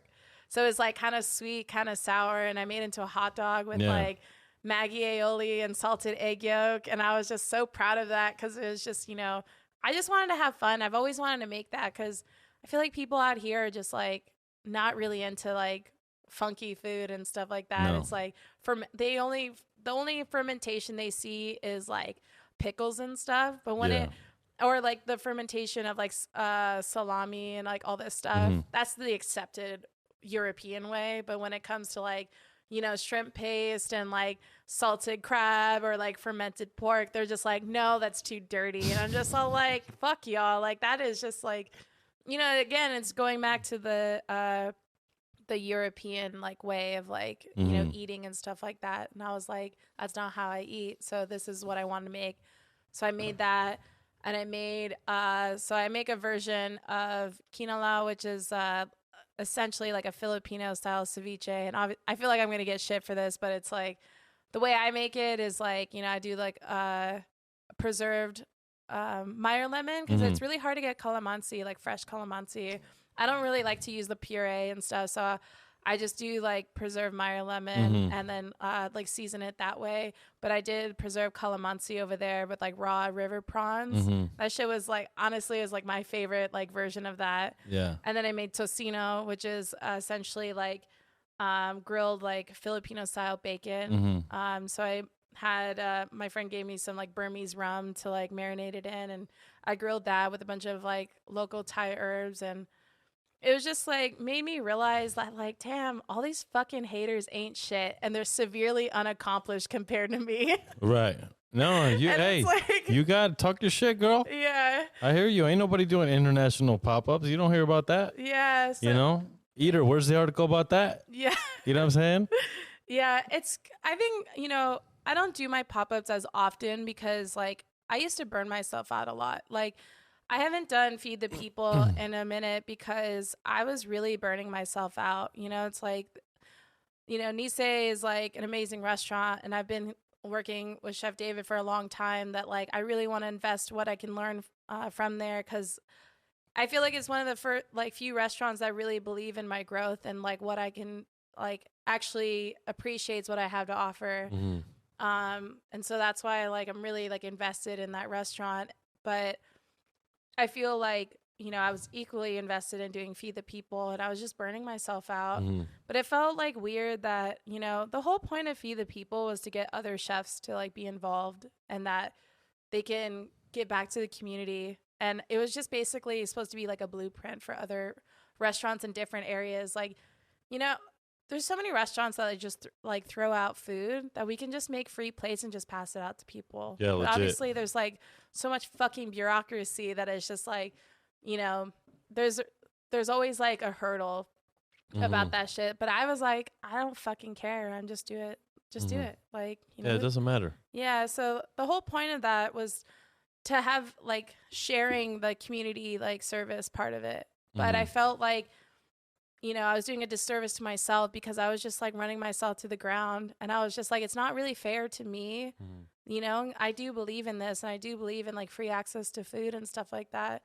But it was just getting harder and harder. And especially if I had my own personal things I was going through, that it wasn't like fair to me. So I was like, I had to stop doing it. But I really am trying to work on getting more chefs to help on like a Monday or Tuesday, just to do like 20 free plates, and we could pass it out like to other to areas in like where their restaurant is, you know, and I'd be down to like go to their restaurant, like help like cook a meal, and we pack it up and we just pass it out. That's kind of like, I think the future of what Feed the People is, you know. And I used to do like, I'm always like doing the most, you know, like I would go to Alamany Farm and cook like 120 plates for people and just pass it out.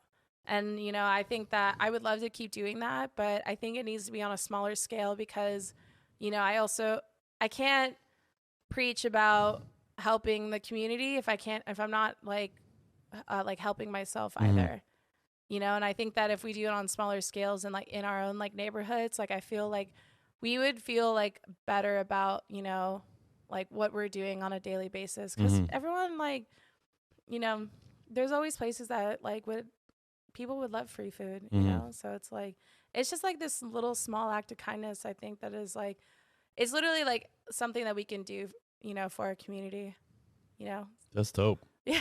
So that's kind of like the new vision of Feed the People. I would really like, you know, if people want to like hit me up about it, I'm down. That's dope. Are you trying to take this to other cities?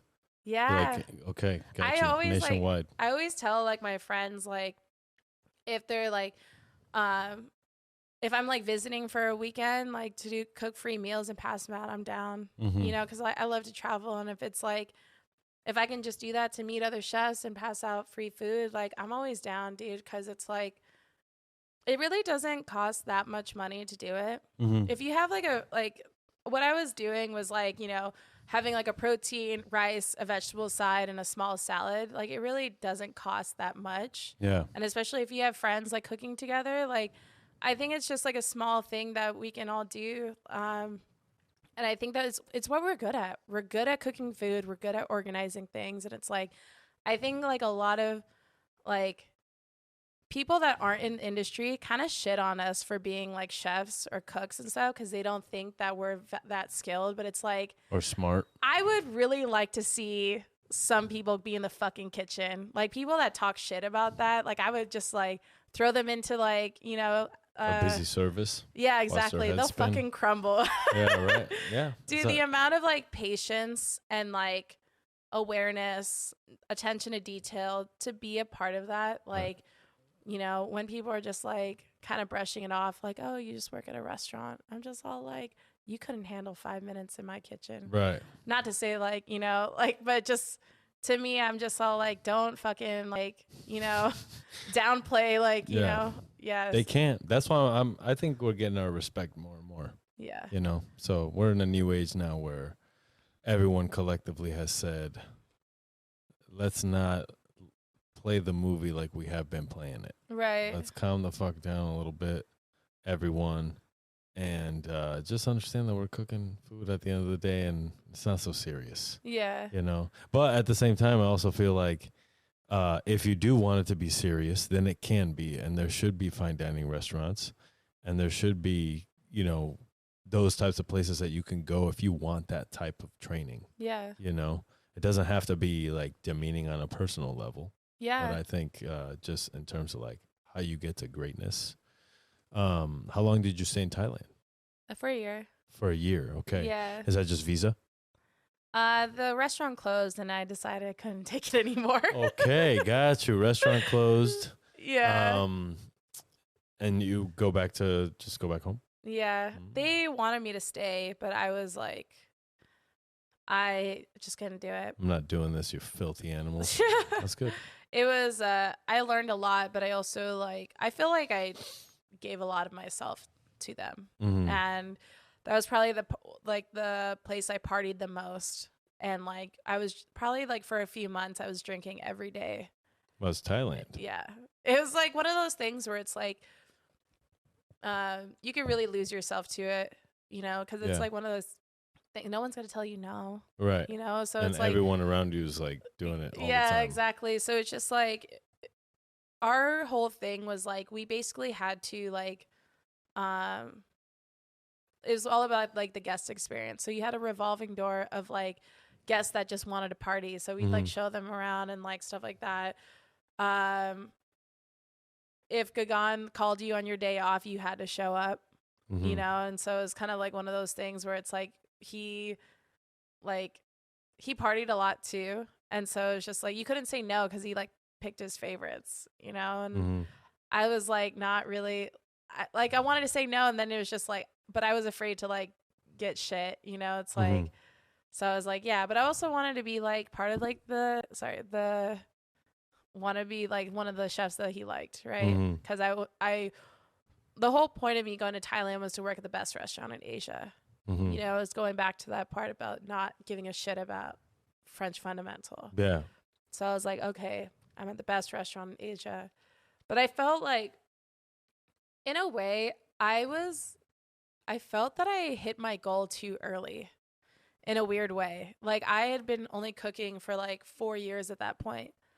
And I was like very, I felt like I hit it too early, in my opinion. And so I felt like that was my goal for so long, to work at the best restaurant in Asia. And then I got there and I was like, now what? So I felt a bit lost, you know, and I feel like because I felt a bit lost, like I kind of let other people dictate how I lived my life. And it made me, I just worked so much. I partied a lot. Like I did all these things that I wasn't really into, but I was like, oh, like I had to do it. Right. But then I realized like I didn't really have to put up with any of that shit. I remember like people would just give me shit all the time. And I finally would like, again, had to stick up for myself. Like I wasn't going to let people talk to me crazy. Like, you know, sometimes I had to remind people I'm from the fucking Bay. Like, you know, it's just like people would just like give me shit. And I'm just all like, I really don't have to put up with this shit. And then they don't like that. Like, you know, they have a woman talk back. You know what I mean?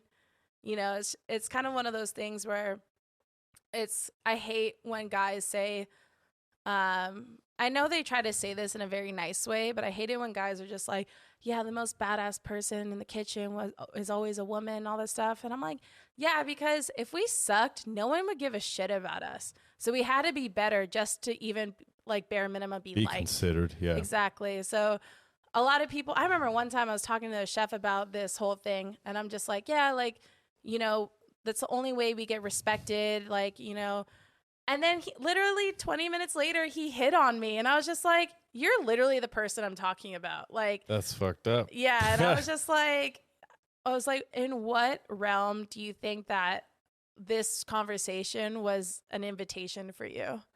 So it's kind of like, you know, a lot of people like, no matter like what city I worked in, what restaurant, it's always just like, you know, I had to push myself extra. Like I had to do a little bit more than everyone just to even be considered. And, you know, and it's fine because I feel like, you know, again, people that are talking shit are the ones that are the most unaccomplished. Yeah. That have like so much to say about my life. Because really like, there's half the things that like, you know, I told you about where I'm from and all this stuff. A lot of people don't know because it's like, one, people don't ask, but two, it's like, you know, I don't think it defines who I am as a person. And so I think that like all the things that I've done, like, you know, now that I'm like looking back at it, I've been cooking for this long that I feel it's like, damn, I've done hella shit. Hell yeah, you have. You kidding me? Crazy. When you came back though, did you work anywhere specific or were you just bouncing around? So I worked at 2 places. I opened Diringa.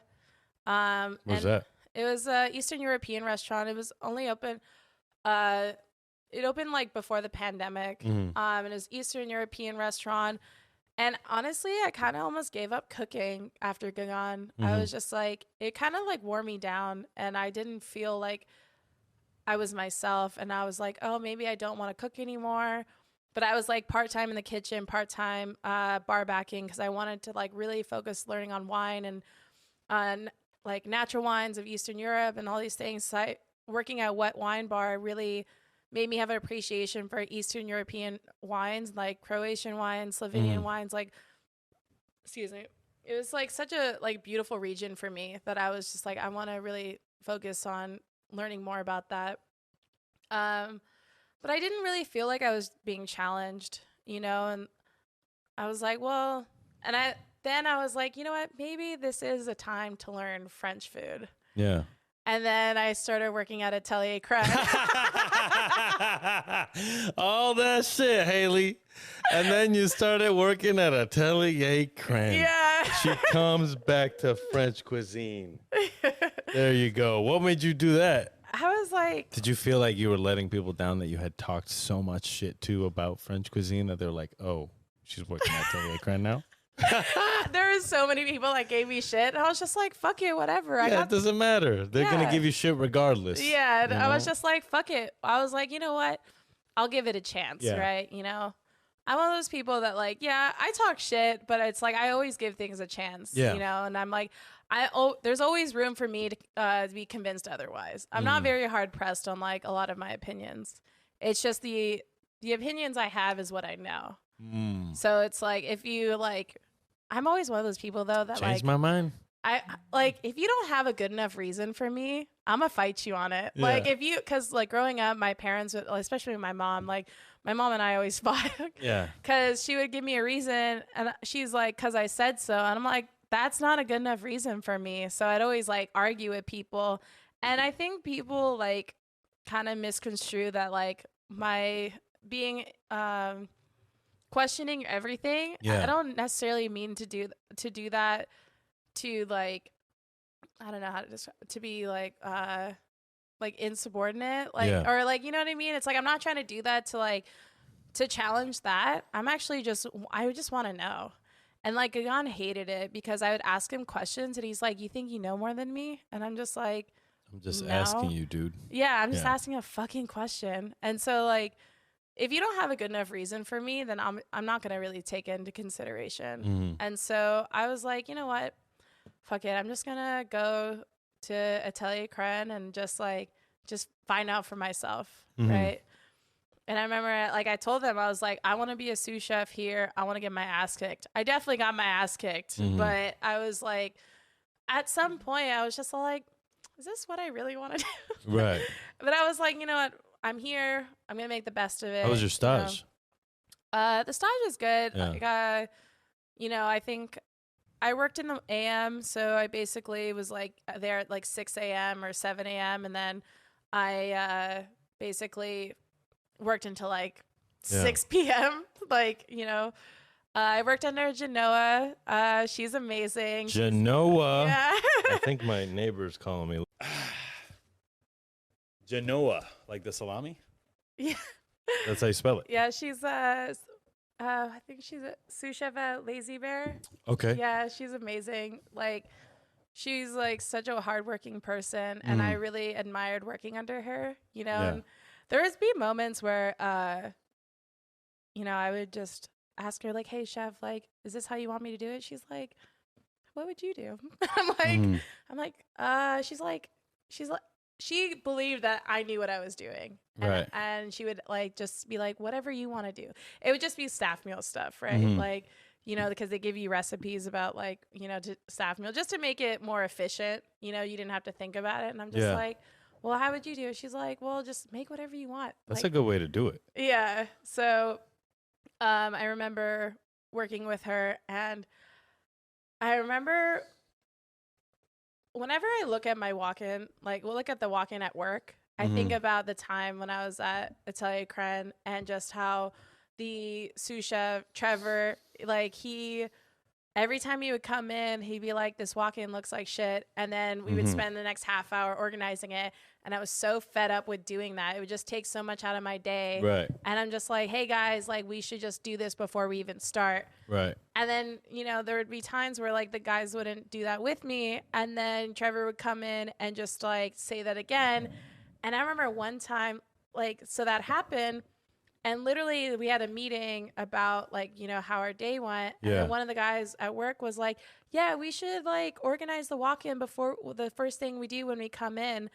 And I was so pissed. And I was like, I was crying to her, and I was just all like, it is infuriating that, you know, men only listen if it affects them. But if someone like, I feel like, I don't know if this is just like a gender thing or whatever, but I was so pissed. I was like, I literally fucking said that. Yeah. And I can't speak for every man, but I think that might just be in the biological nature of us. You know what I mean? I was just like so fucking pissed. I was just all like, bruh, like I literally just said that. And I started like, whenever that happens to me in real time, I just like tell people I just said that, because people don't think like they think that's not like happening. But she told me, she's like, well, if you did that and you gave them like, you know, you let them know what's up and they're not listening, just break off and do what your prep, like,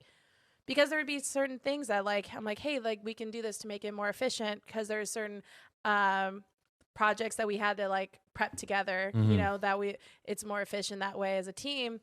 But if they're like not respecting my time as well, and I'm trying to do like all these things, she's like, yeah, just break off and do your prep, you know, because they're not really respecting your time as well. And I was like, okay, like, you know, and I feel like she really like put a lot of things in perspective. Like I really respected her as like a leader, and she worked her way up to the top to like, you know, be a sous chef there. And I was like, you know, I really admired working with her, you know, and she's like very level headed, and I aspire to be that, you know, cause I feel like I can get like pretty like, I can be pretty short with people, you know, it's like, it's not like how I am generally, but if it's like, is it when you're stressed out?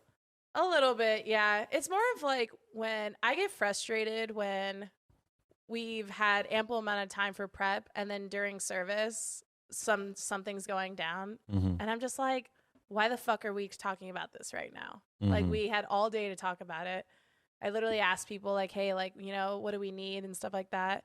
And then it's like when people hide stuff about their prep list because they want to like, it's an ego thing for me. It's like, I understand that like, you know, we take a lot of pride in accomplishing the prep list ourselves, but it affects everyone else when you're in the shit. And I feel like that's the second half of that, right? It's not just about completing the prep list yourself. It's like if you don't and it affects other people and you're not saying shit about that, that's when I get like upset, because it's like I plan my day accordingly, whether it's just like if I'm working a station or when I'm not. And it's just like, I want to be able to help people, but it's like, if you don't communicate that, then that's really frustrating. And so I think that, you know, working with her, she was like, helped me communicate what I needed and stuff like that.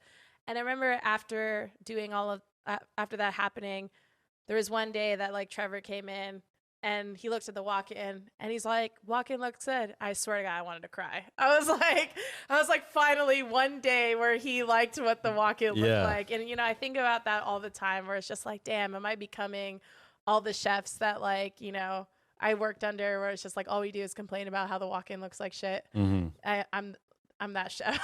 But it worked. It worked. Yeah. So there's like a lot of things like about working at Atelier Cren. Like I remember one time the chef was like, Garabato, it's Italian. And I'm like, no, it's not. He's like, yes, it is. I was like, no, I'm Filipino. It's not Italian. He's like, it's 100% Italian. And this is in front of another sous chef too. I was like, chef, you're 100% wrong. And I walked away and I'm like, I don't care if he was the CDC at the time. I was like, I don't give a fuck about who his position is. You can say I suck at cooking. You can say everything you want about like me as a chef, but you can't fucking take my name away. Yeah. Like that ain't fucking happening. Right. I was like, I don't give a fuck. Like, you know, he was like very military from Boston, all this shit. It's just like, you can say whatever the fuck you want and intimidate me, but you're not going to take my name away from me. Right. And I was just like, who the fuck are you to say that shit? And I was like, whatever. If he's going to yell at me for something, whatever. Bless you. Bless you. I think it's these things. Yeah. Damn. So tense relations at Atelier Cren, but nothing out of the ordinary. No. Right? It wasn't anything that like you experienced the same thing with Gagan. Yeah. So and a chef before that. I was prepared for it. I was like, you know what? I'm here. I was fucking running. That was a restaurant that I was like running the whole time, you know, just like always in the shit about my prep list. But I was like, you know what? I was committed to it. Yeah. I was like, no plastic, right? Yeah, no, it was all glass jars. It was fucking weird. Is it hard? Like, what you got to fucking broke all the time.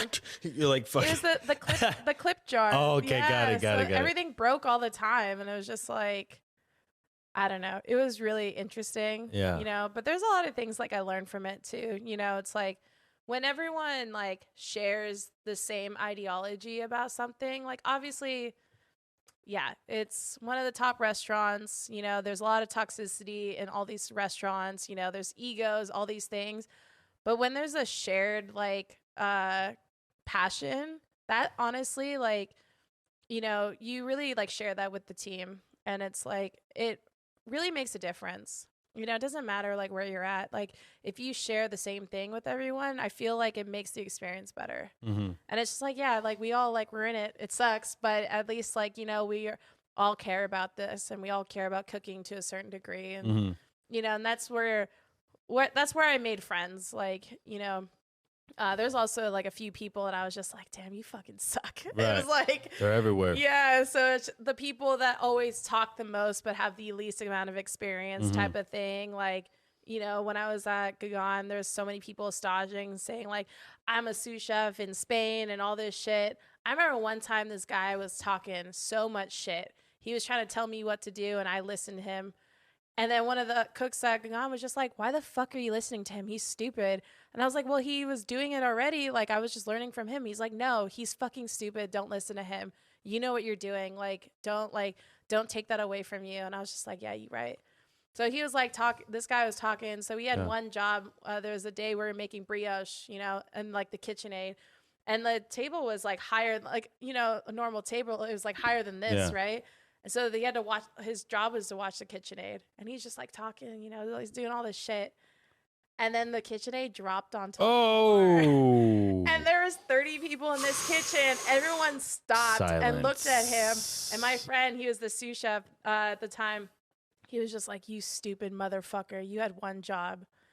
And then he ended up like leaving 2 days afterwards because he didn't know what the fuck he was doing. Yeah, of course. You can't go into a stage talking like that. Yeah, and it's just like, shut the fuck up. And it's like, to me, it's like I've never been that person because I feel like I've always just kept my head down and always just like wanted to, you know, learn. Some people are just more into their like where their status is and just like, you know, boasting about it. Yeah. But I was never like that because I see people like that and I'm like, damn, I don't want to be called out for that. Like, you know, I don't want to like, you know, talk myself up too much and then just being like, man, they don't know what the fuck they're talking about. Right. Yeah, no, you're 100% right. It's lackluster when you do that. Yeah. Anything. You talk it up, you're like, yeah, I'm going to do this. You ain't going to do shit. Yeah. You know, because when you get to it, you've already hyped it up too much and you can't live up to it. Yeah. So, I mean, I think that's why chefs have this air of being like, yeah, dish sucks. You'll have people coming up to you being like, you changed my life with that dish. Or that was the best thing I've ever eaten in my life. And part of me is like, really? You got to fucking get out more, bro. Yeah. You know what I'm saying? Like, you know, but when you look at it, you are one of the best chefs in the whole world, right? Even though everybody cooks, there's only a certain amount of people that have been in the kitchens that you've been and have experienced the type of pressure that you've experienced. Yeah. So that in itself, that is, you know, and you did it for a long time. Yeah. That also means a lot. Yeah. You know? I think the number one thing I took from Gagan was like, I think I developed my palate there. Mm-hmm. Like, because Rido was the head chef. Now I think he's the executive chef for the whole group. And like, he really taught me a lot. Like, he told me, like, I would always ask for recipes. You know, at Liho is about consistency and recipes, you know? And I was like, that's how I learned, right? I was like, always like follow the recipe. It's like the Bible, right? Mm-hmm. Like, you know, so. Do not deviate. Yeah, exactly. So when I went to work under a wet wine bar and like Gagan and all that, like, you know, I'd be like, hey, what's the recipe? And he's like, there's no recipe. And I was just like, what do you mean? He's just like, you need to taste your food every day. And you need to replicate that because everything changes. So you need to make it that way. You can't just follow a recipe blindly and expect it to be the same every single time. And I was just like, and I just couldn't understand that. Like for the longest time, I was just like, what the fuck does he mean by that? Like, you know, and so, but it made me like, obviously, like, it's the one thing, always taste your fucking food, right? Like, you know, and sometimes like I still have to remind people like, taste your food. But also like when I would taste this like these dishes I made every single day. And, you know, I had this one guy I was working with. He was a fucking asshole. I would always like make him taste everything. And then he'll be like, oh, it needs a little this and that.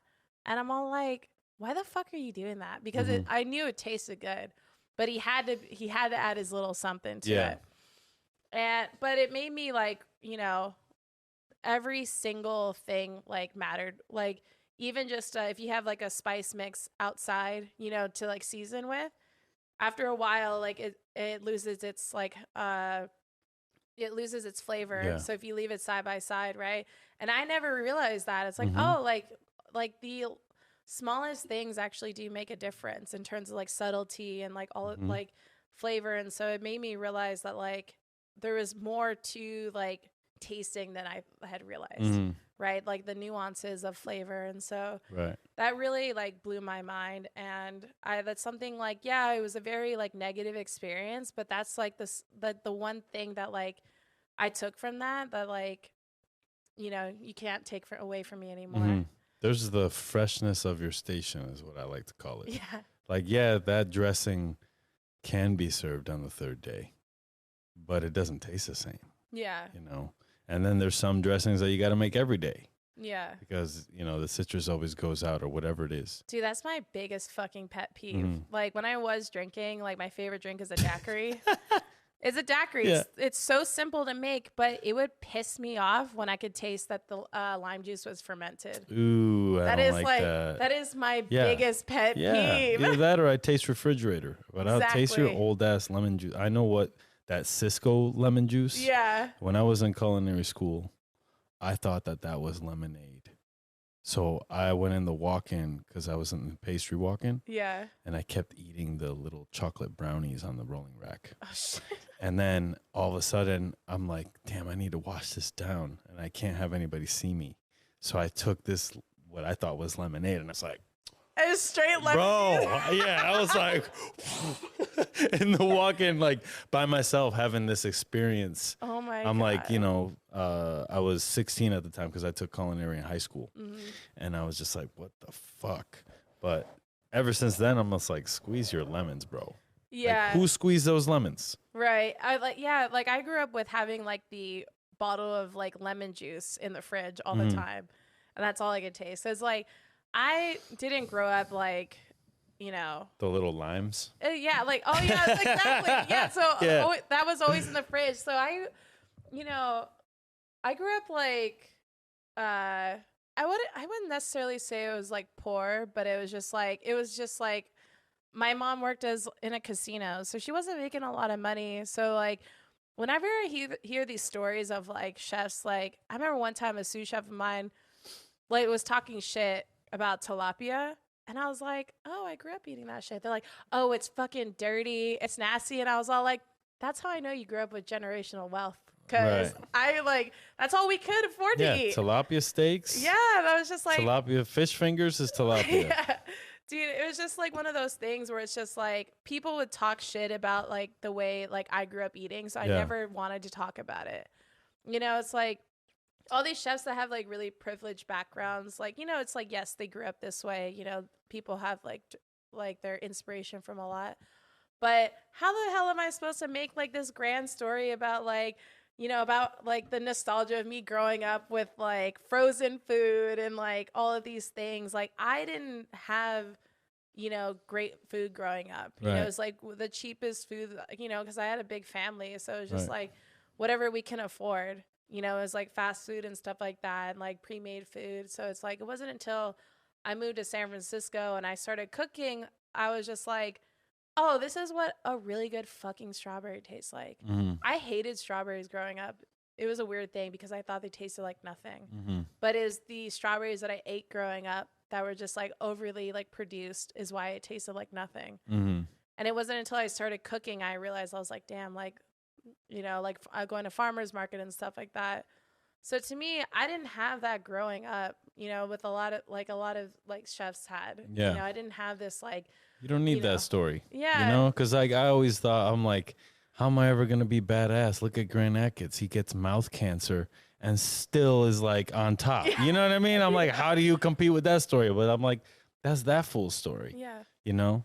And you've made your own, right? So you don't have to fucking compare shit. Exactly. So anymore. I was like, there's like a lot of things that, you know, I had to go through in order to get to where I'm at now. And I started doing more of like the food I wanted to, because I was like, you know what? Like, I'm not saying that like I have like a story to tell, right? You know, but the food that I want to make is like, you know, very true to who I am as a person. It's colorful. It's like, you know, flavorful. It's has like shrimp paste and fish sauce and all of these things that like I grew up with. It's spicy and but it's also like a reflection of like the memories I have cooking with my friends. And I think that, you know, when I travel and meet people and they like, you know, bring me in like cooking together, it's like, this is like the food that I like to make, you know, and to show that like someone taught me how to make this. Yeah.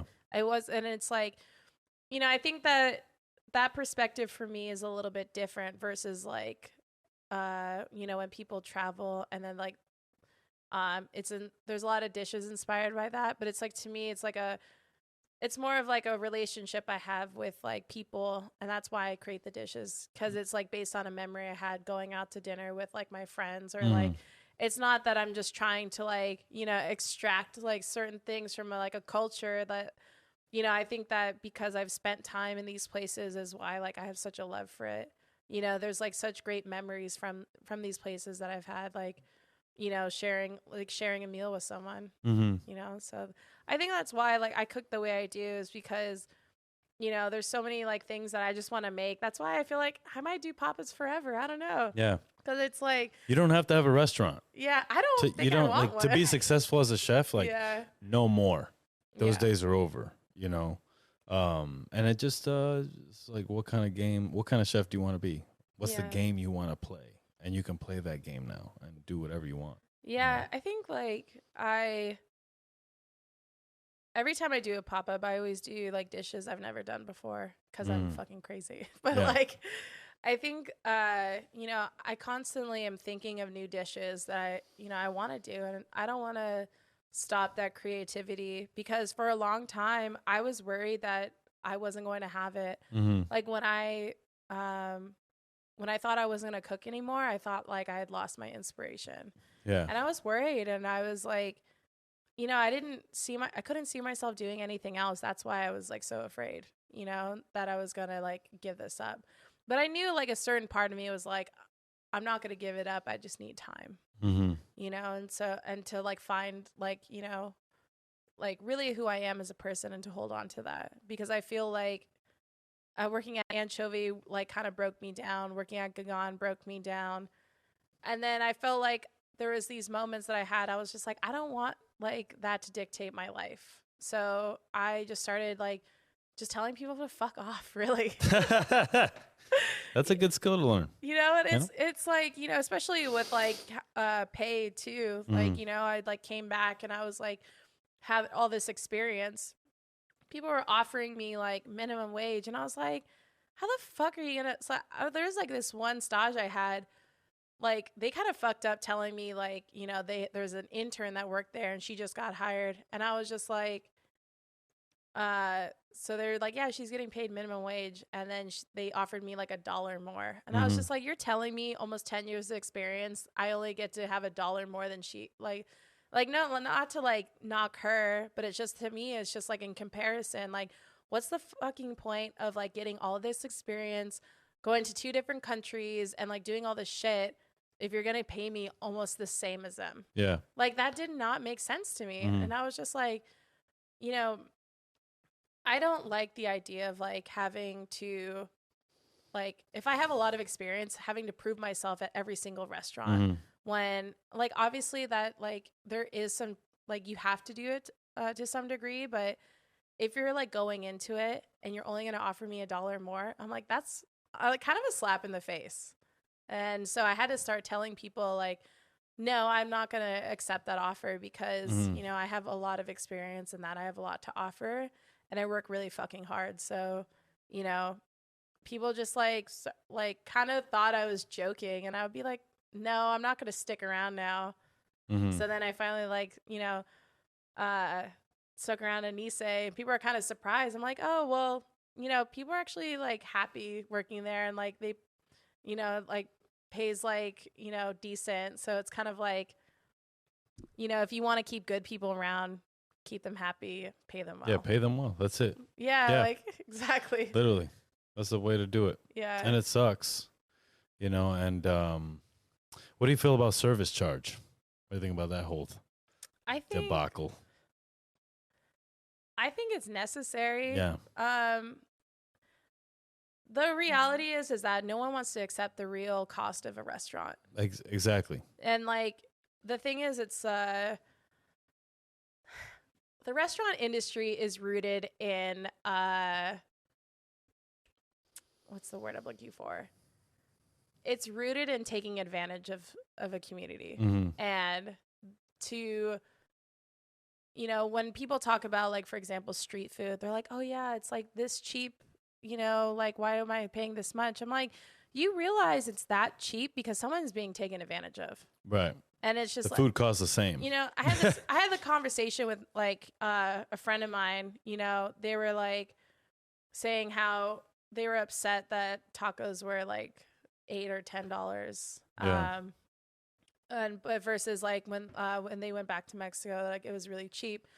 And I was like, well, you have to take in consideration the cost of living, like in two different places. I was like, so what you're saying is that because like they're being charged $8, $10 here, that like you think it's too expensive? He's like, yeah. And I'm like, well, if they're getting charged less, like the cost of ingredients are so much higher here. Cost of rent is higher here.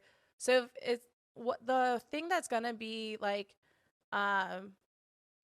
you know, like the price of is that people aren't gonna like really consider is the cost of labor. So that one's obviously gonna pay people less. You know what I mean? So it's like, you obviously know this. So I had to have this conversation with him, and he's like, no, I never really thought of it that way. I was like, yeah, dude, like it's not fucking cheap to live here. So if things are gonna be cheap here, it means that someone's not getting paid enough. Someone's getting fucked on some end of the line. Exactly. Like it don't matter what it is, what industry it is. Yeah. And that's the weird part about the world, right? Because in order for us to get our nice ingredients shipped to us or whatever it is, like someone in that line is suffering. For sure. You know, like even when I do my own pop-ups, like I barely pay myself. And like I don't think people realize that. Like you don't make money on a pop-up. Yeah, like people think, oh, he must be good. No, it's because we're fucking masochists. That's why. Yeah, literally. They're like, let me feed everyone else but myself. Yeah, like I literally pay everyone else, and I'm always paid last. Yeah, but it's also like I made $80. Yeah, like we did 60 people, 5 courses. Yo, seriously, I've spent 2 months planning it. Exactly. $60, and then you get a ticket. Yeah, that's what would happen to me. I'd be doing these events inside. I'd be like, fuck yeah, I got a tip or whatever. Come outside, $75 fucking ticket. I'm like, you're like, yeah, that's the profit for my pop-up. Yeah, that's what I mean. I'm like, bro, come on, man. Yeah, like I always pay everyone else before myself, you know, because we're paying for like wine or you're paying for like ingredients, equipment, all that shit. So yeah, people don't realize that. Like if I were to calculate how much I paid for, if I were to pay my labor, like it would be so high because there was this one pop-up I remember, like I worked like 15 hours. So, like I went in super early because like I'd work all week. Yeah. I didn't have time to prep for it. So I went in at like 6 a.m. to prepare for dinner service because I didn't have time to like prep throughout the week. Yeah. And I was just like, you know what? I wanted to make sure everything was good. And obviously it was a successful pop-up. You know, we bought a bunch of wine and sake and stuff like that. But at the end of the day, like I barely made like $100, you know, and I was happy because I was like, you know what? I got all these cases of wine now. Like, you know, but, and I paid for them. So it's like, so now it's like, we have to do another pop-up. Like my pantry is robust. Yeah, seriously. Right. Every time you need a little bit of smoked paprika, you're like, fuck. Yeah, I got to spend $12 on this little McCormick fucking. It's like I only needed like 20 grams, and yet like. Yeah, that's what sucks about pop-ups. That's what I was explaining to my boy. I was like, if I want to make a dressing, I got to buy a whole bottle of vinegar. Yeah, it's not like, you know, and.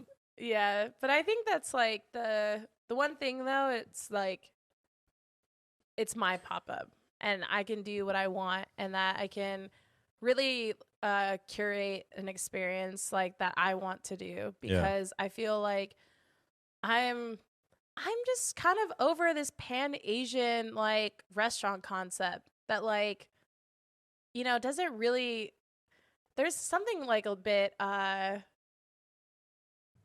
don't know if soulless is the right word. Yeah. But it's kind of just like, I hate the pan-Asian minimalist design and all this other, like, you know, these things that I'm just like, I also hate the, I'm just going to list off all the things I hate. Yeah, go ahead.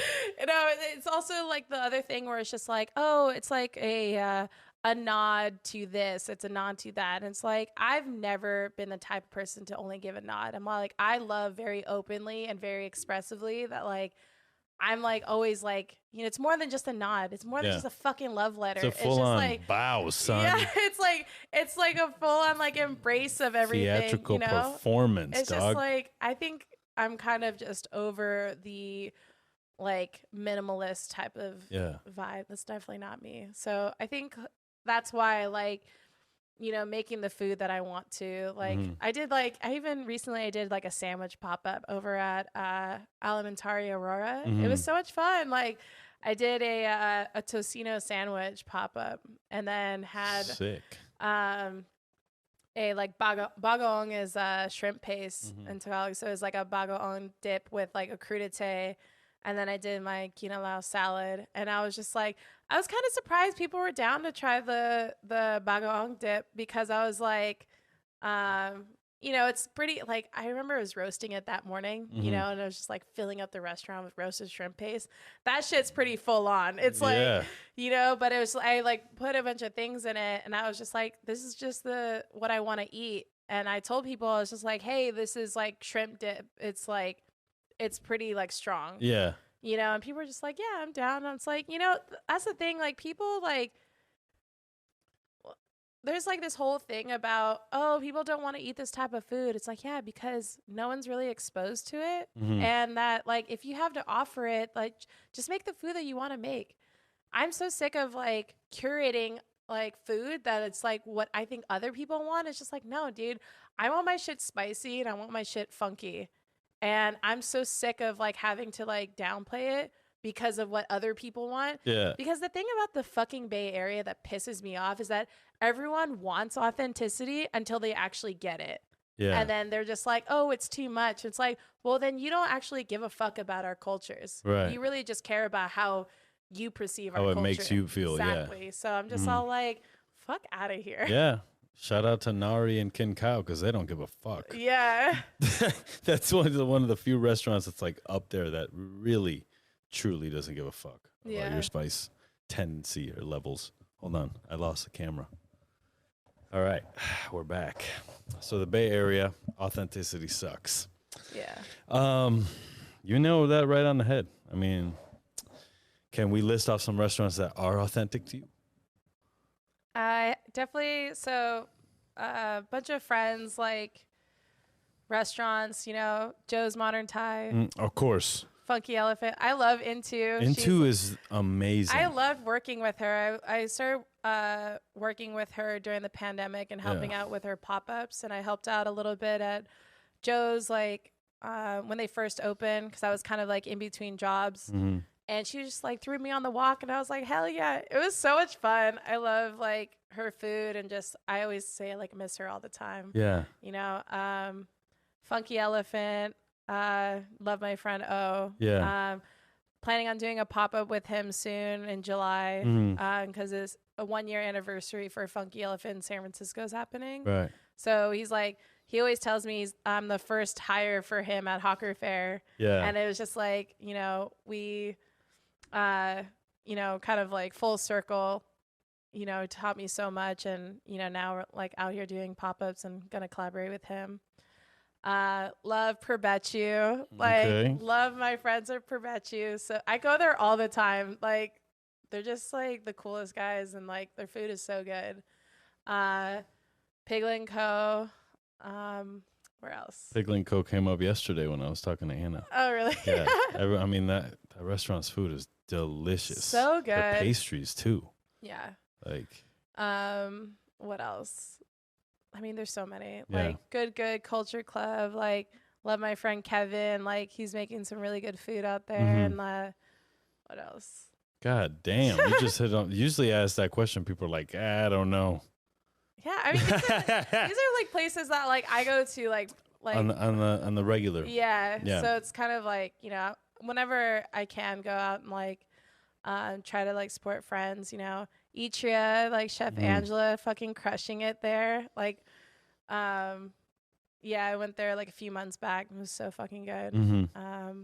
Yeah, there's like there's so many. Like, I San think that's Francisco's like popping off, man. I think like you know, there's so many like restaurants that are actually doing like really good food that's like pretty true to themselves. Like, you don't really have to like be of a certain culture to like make really good fucking food. Because if you cook with intention and like you like really love it, I feel like you can make anything. And I think that it also like goes back to like just being a fucking good person. Because there's so many restaurants I won't go to because I know the chef treats people like shit. And I'm like, I don't need to go to these restaurants. Like, there's so many people that like the chef culture really is just like knowing about who's who. And it's just like, you know, people just like to name drop. And it's like, to me, I don't give a shit about that because if I don't like connect with you as a person, I don't know you. Right. And you don't know me either. So it's like a lot of people can say like, oh yeah, this person, that person. I'm all like, I've never had a conversation with them in my life. So why they literally don't matter to me, you know? And it's like, also they wouldn't care about me either. It's like kind of, you know, what's really the point of name dropping if you're actually not really connected with these people, you know? So it's kind of, that is a weird thing in our industry, right? Like it's people always like, oh, I know that person, and I've been there because I'm like, I'll be like, oh, I had that person on my podcast just to like, it's not to tell them that I know the person, but it's just to be like, oh, you know that person? There's a podcast we did. You should check it out. Yeah. And that sentence always sometimes comes back on me because they'll be like, oh, yeah, but I know this person and I know this person. And I'm like, dude, like I'm just trying to promote my podcast. I don't know. Yeah, you know? right? I literally had this guy say like that to me because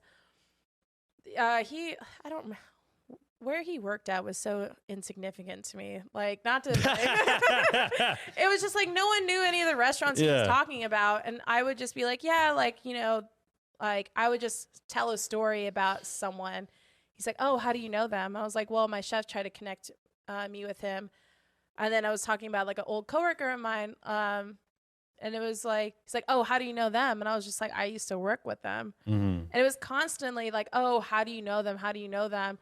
And I'm like, bro, who the fuck are you? Because literally, like, you know, these are like, I'm talking about my friends. Yeah. Right. Or if I actually don't know someone, I'd be like, oh, my friend tried to connect me with them. Yeah. It's never like I'm actually in close proximity. I'll never say I'm in close proximity with someone that I have no fucking clue about, you know, but a lot of people do because they think it like kind of puts them on the same level as them. But it's really, you're just kind of like this, you're equivalent to the guy that's talking all this shit about like talking himself up that literally has no idea what he's doing. Yeah. And so it was kind of like, I hate people like I meet that are kind of like that. They're like kind of like sizing you up, but it's like, really, that's not necessary, you know, cause I could also play that game too, you know, and I'm competitive, so I'll win. Right. You'd be like, I'll fucking crush you with the chefs I know, B. Right. Like, you know, and I'm actually like, just because I'm nice doesn't mean like it's like a revelation, not a revelation for me, but I think sometimes people misconstrue that because I'm nice that they think that I'm also a pushover, and I'm all like, nah, bro, like, yeah, you know, it's just like, yeah, like I'm nice, but it's just like, you know, don't fuck with me because it's kind of like it's hella unnecessary, like, you know, like we're all just trying to fucking like do our shit out here. There's no reason to like be sizing people up because we're trying to like, we're all trying to win out here too. And just because someone wins doesn't mean that you're losing. We can all win. Right. Well, that's the way people see it on social media, especially. Right. You know, people have just bad energy around other people or they think it should be them in your spot. But it's like, you haven't done all the things I've done. So how would you be at this spot? Dude, 100%. Like, I feel like sometimes like, when I started doing pop-ups, a couple of people like I felt were my friends, like, would kind of just be, I would start talking about my pop-ups and they'd be like super indifferent to it. I'm just like, it's, they were kind of annoyed that I would like, that's all I talked about. And I'm like, sorry, like, actually, I'm not sorry about being passionate about something. You know, it's like, I think I don't have room for that anymore. You know, it's like, I realized this is like a part of like what I want to do. And if that bothers you, then it's really you there's no space for you in my life. You know, because I'm really just trying to push to do something. Whether or not I'm going to do it forever, who fucking knows? Who cares? Right. It's something that I'm doing now, and it's like, it's really important to me, and like building community and all these things, and it can evolve, and you know, that's just what my life is going to be. But because you're not doing anything for your life and you're upset that like, you know, things that didn't come out the way they are, it's like, well, it's not my fault that this is a reflection of your life. What I'm doing for myself is, it has nothing to do with you, you know? So I think that I really, a lot of like who I am now is really like, I just over the years stopped caring. Right. And I think obviously like COVID really accelerated that for a lot of people. That is just like, well, what is actually important to me? Yeah. You know, like it could be, you know, something small. It could be, you know, you change your entire life. Like for me, it really pushed me that I actually really love cooking and I'm going to do this forever. Yeah. I want to be that old lady in the kitchen. I really like, you know, a lot of people are like, oh, you're not going to be cooking forever. And it's like, why not? Yeah. You know, and like, I want to do that. You know, obviously I'm going to take on different roles as I get older, but I just love it that much. And when I started cooking, I just kind of like, you know, when I was telling you how I wanted to be a screenwriter, I was telling you all this stuff. I didn't know that I was going to be into it as much as I was. Like, I was just like, oh, I'm just trying something new. But it just opened a world for me that I actually felt for the first time in my life that I was smart at something. That, you know, I dropped out of college. I dropped out of culinary school. I never got a degree. Everyone always told me that life was going to be harder if you didn't have a degree. But then I ended up working in Australia and Thailand and working at some of the best restaurants in the world. So to me, I was like, yeah, like you can tell me that, but I'm not going to believe it. I'm just going to do it anyway and prove you guys wrong. And a lot of people kind of like told me like, oh, you should do it for yourself. Like you shouldn't do it for other people. It's like, nah, fuck that. Like I want to prove people wrong because I know I can do it. And the fact that it's just like, I always knew it in myself that I can do it, that like no one believed in me. And I was just like, fuck y'all, I'm going to do it out of spite. Right. And spite is a great motivator, especially for chefs and athletes. Yeah. That mentality. When somebody tells you can't do it, you're like, watch this motherfucker. Yeah, right? It's like, I always believed in that. Like, whether like how small it was, like I always knew it was there, you know? And like, that's the thing. I don't have to believe it wholeheartedly, right? For it to be a motivation. As long as like I have a little bit of like, you know what? Like I know I can do this, even though I'm fucking scared to do it. Like there's so many times where I'm all like, it was like a scary feeling. It's like anxious feeling that, you know, whether I stuck up for myself or whether I did this or did that. But I knew like if I was feeling that way, I knew it was important, you know, and it's because like no one's telling me how to do these things. No one like showed me how to do a pop-up. I learned on my own because there's so many mentors that I thought like would teach me, but I really learned like self-determination and like self-discipline in the last couple of years because I started doing pop-ups, because I started working at Nisei, that like I really like had to push myself, and I never had that. And I never felt like I had self-discipline. I always felt like I was just like all over the place, and I kind of am, but it's like, it's just more in my nature. But like, I really think that because I wanted it so bad, like I taught myself. And I think that if you want it, like you can really like do whatever you want. You know, 10 years later, I was like, I knew I wanted to cook and I fucking sucked. I was so bad at cooking, but then I like looked down the line. It's like, cause I wanted it that bad is how I was able to get to where I am. And now you're in a sweet spot. I'm glad you got to come in. Like, dude, that was a dope experience. Thank you. I've been there twice now, and both memorable times. And David's such a sweetheart. God damn. I'm like, so beautiful. Isn't it kind of annoying? I'm like, fuck you, dude. Yeah. He must get a lot of shit out there in the wild, just like people trying to, give him shit. Yeah. Because he doesn't seem like, he's going to come back at you. He does, though. I know. Yeah, I know. Yeah, you don't get to be where he's at without, any type of grit. You know? So how did that all happen? Working at Nisei? Yeah, you're working at Nisei. Yeah. So I told you how I met him before I moved to Australia. Yeah. And then during the pandemic, so everyone obviously lost their jobs, and I was working at Kren. So I only worked at Kren for 3 months. And right before COVID? Yeah. So yeah, Got it. So it was enough time for me to really take a lot in, because I learn very fast, and I absorb a lot of information, and obviously if you're in there for 13 hours a day and that's all you fucking do, if you're not learning from that, that's kind of yeah, you're not. Yeah, it's you spend so much time in there. You should leave. Yeah, so so they offered me a job to make to help them sell Vitable, which is their offshoot of a vegan salad bowl company. Yeah. And I was just anything, I don't fucking care, because I just Who'd you work on that with? There was a few people that worked on that, right? There was Rachel, and then this guy named Christian. Mm-hmm. But yeah, it was only a couple of us. So yeah, I did that, and we were working out of the Twitter building. Yeah. And it was I knew that I just needed to keep busy, and I was kind of I didn't care about I didn't want to stay at home, and I knew that I was very fortunate to be able to have that option to be able to work. And but I just kept finding stuff, and so I worked there, and then I realized that the chef was kind of a dick, and I didn't have to work there, and to put up with this bullshit. Right. And it was just another random chef. So I was you know what, maybe I'll just do something else. And then I saw David had posted about Nisei needing, a line cook for his pop-ups out of Moongate Lounge. And I hit him up, and I was just hey, what's up? I heard you're hiring. And he's all oh, you need to talk to my personal assistant. And I was what a dick.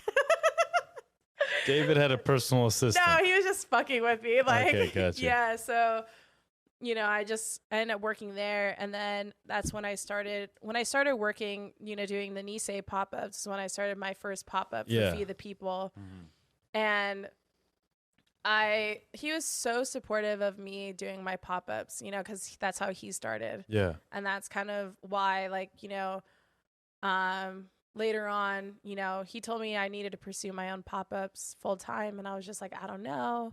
And so I left Nisei, and I didn't open Nisei, but we did a collaboration together. It was Haley Garabato and Nisei and a bunch of people. It was my first fine dining collaboration pop-up. And I was so stressed about it. And I was just, he's why the fuck are you stressing out about it? And I was bro, I'm trying to get poached from this shit, because, I'm tired of working these jobs that aren't really harnessing my full potential.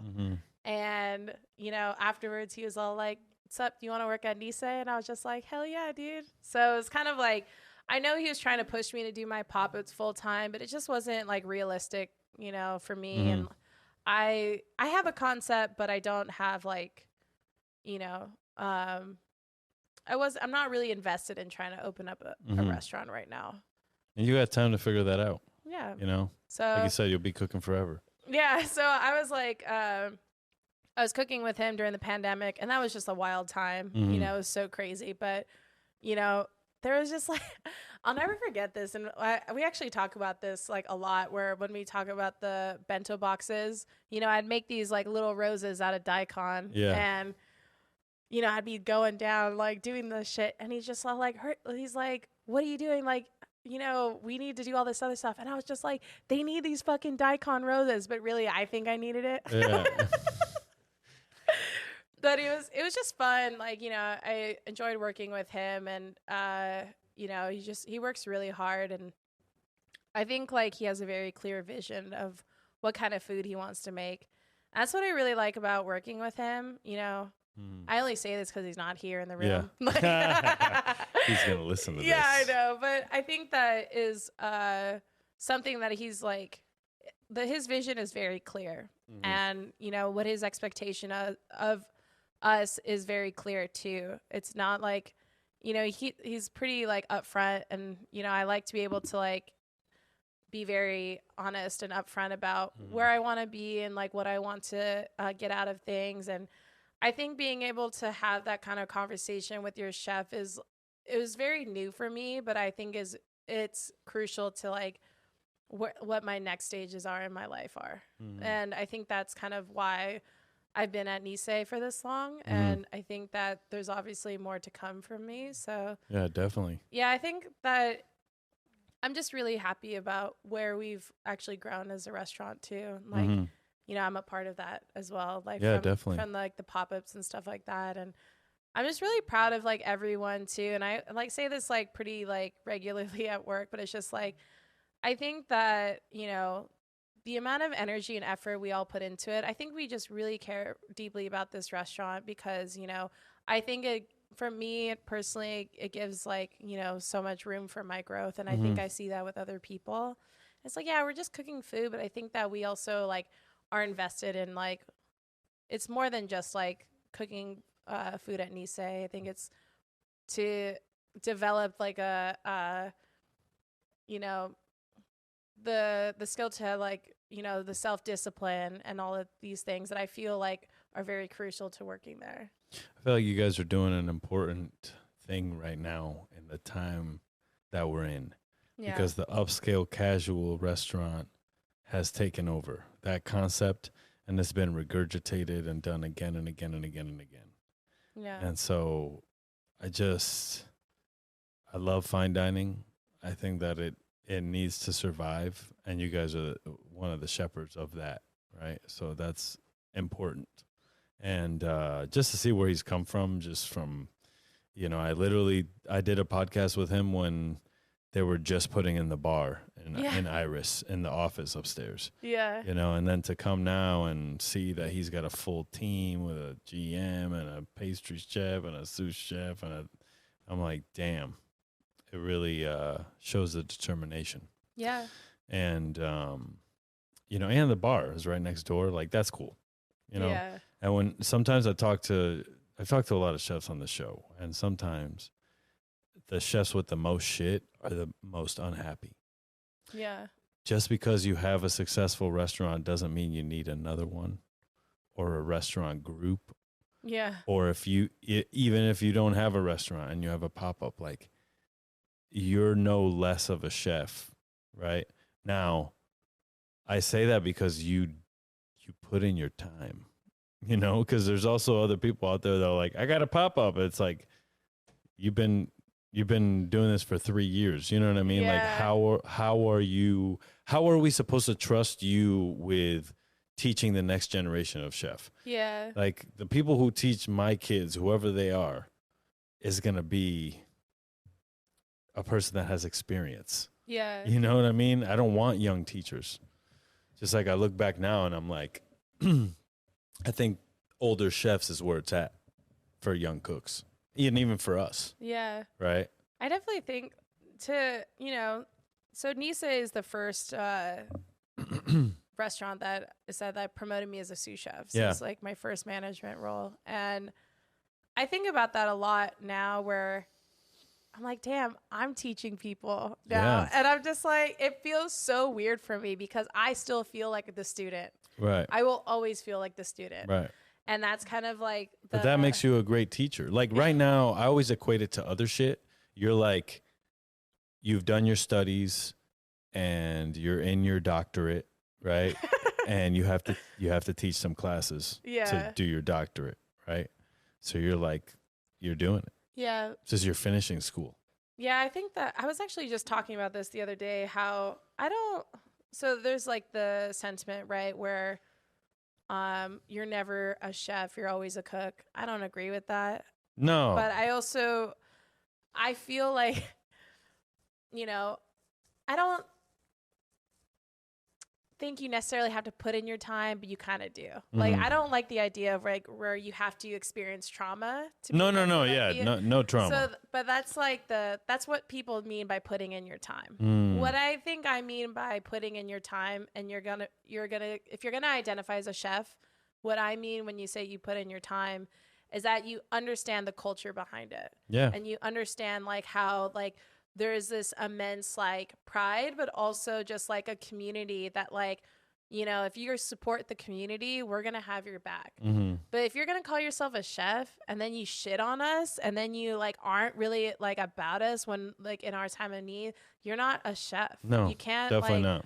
To me, it's like you have to work a busy service. You have to like understand that. You have to understand like why we're short and we're stern, but we're also strong. Mm-hmm. Like, and I think that's kind of like, I think about when I'm like during service, right? Where it's like, I don't mean to be a bitch, but if you're not ready and we're in service, I'm gonna be a bitch because you had ample amount of time for me to be nice and to show you and to do all these things. And if you're not ready and during expectations, that's where I'm like, I feel like I'm kind of hard on people but I don't think that's necessarily a toxic thing. I think it's an expectation. Mm-hmm. You need to be ready for service. Right. Well, that's a good thing that you say that because there is a different differentiator in how you deliver. Yeah. You cannot attack someone's personal life or being, how they look, who they date. Yeah. When you're trying to make a point about how badly they've whatever. If you make it about the food and the respect that went into the food, not only of when it went in the restaurant, but before it fucking got there, right? Yeah. And then the farmer that thought about it 6 months before it was even in season for you, that they planted it ahead of time so they can sell it to you. Like, right. The shit takes a long time, right? That is where the lesson lies, not in you fucked this up because you're stupid. You know what I mean? I always look at it like if they fail, then I failed them. Yeah. They obviously don't understand. Now, there is asshole cooks that take advantage of sort of like when you're trying to teach them and be nice to them.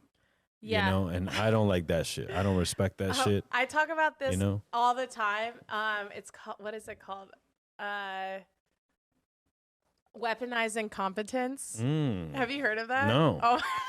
See, they got all these terms now, and I'm like, okay. So this is obvious. This is like in relation to usually like men and women. But I think it's also between like, it can be applied anywhere really. Yeah. Basically, weaponizing competence means that they pretend to be dumb at something so they don't have to do it. Yeah.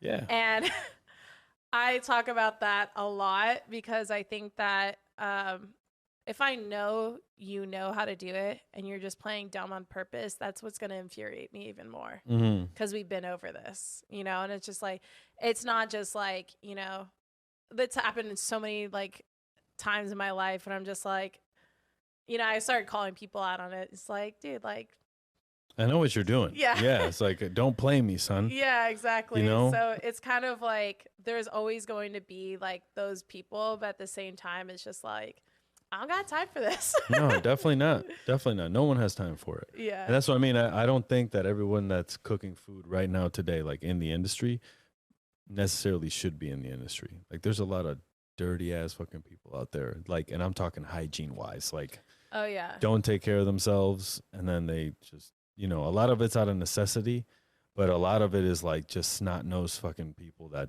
don't appreciate the craft of cooking, meaning that I clean most of the time, like that's what really being a chef is. You're just cleaning shit up. That's literally like 80% of the fucking job is like not even cooking. It's the the other shit. All the other shit. Yeah. Yeah. So I think, even like, and just in the dating realm, it's like when people like are just like, wow, you're a chef. Like, you know, when are you going to cook for me? I'm like, immediately fuck off. Right. Immediately. Like, I will never cook for you. Yeah. It's just like, they'll never understand. Like, they'll never, you know, if that's the approach that you already have, you're never going to appreciate how much hard work that we do. Right. And I think that, the fact that people still kind of downplay it, you know, it's just like, it's just in their words. They don't have to say it out loud. They can just, you know, I did date someone where they were like talking about real jobs, and they didn't think a chef was a real job. Really? Yeah. And I remember I laid it into him, and I was just like, how the fuck are you going to date me? And then not even think respect what I do. Exactly. Yeah. And I was like, you don't think I work hard? He's like, no, that's not what I'm saying. It's because you don't have a degree. And I'm like, oh, so damn, Haley. You fucking, I don't know. I could just picture it now. You probably went. So I take it you're not together anymore. No. There you go. I don't put up with bullshit. So it's just like, you know, I work really hard, and I think that, and I've said this like a bunch of times already, but it's like to have someone like match that energy, to be like, you know, yeah, like I'm really like passionate about my work here, and like, you know, to meet other people like that, it's pretty rare, you know, and to, especially like, you know, people dating outside of the industry, and like, the cons are that they don't understand what you're going through, but the pros are you don't have to talk about work all the time. Yeah. Versus like, you know, there's like, you know, positives and negatives to it. But the major one for me is like the misunderstanding, or like the disconnect of like, you know, how much we work, and like how much it means to us.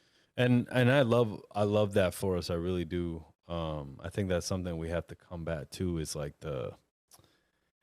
that masochistic talk. It's like, it's okay to like it. Like, cool. Yeah. You like to do hard things that are challenging because it makes you feel good about yourself. Like, that's fine. But you don't have to, I forget what my fucking point was. I feel like that's kind of what it's like how people like relate to each other. And I remember one time I was like, you know, hanging out with a friend of mine, and, you know, there was another chef, like he was an artist now, like he doesn't work in kitchens anymore, but he just kept going on and on about how hard his stories, like his like horror stories of working in kitchens. Yeah. And I was just already exhausted. I told my friend, I was just all like, man, I'm tired of exchanging war stories. I want to go back home. That's what I'm saying. Yeah, that's what I was meaning to say. Like, we don't have to. That's not the cool part. Oh, we work so hard. You know, it's always like, I do so much. Yeah. And it's like, bro, it's like first world problems, man. We are cooking for people that have enough money to come in and spend on dinner. Yeah. That in itself is like, whoa. Yeah, exactly. You know? And so, but, you know, everybody comes from different backgrounds. There's always different challenges. So you always try to offer that, like, benefit of the doubt. You never know.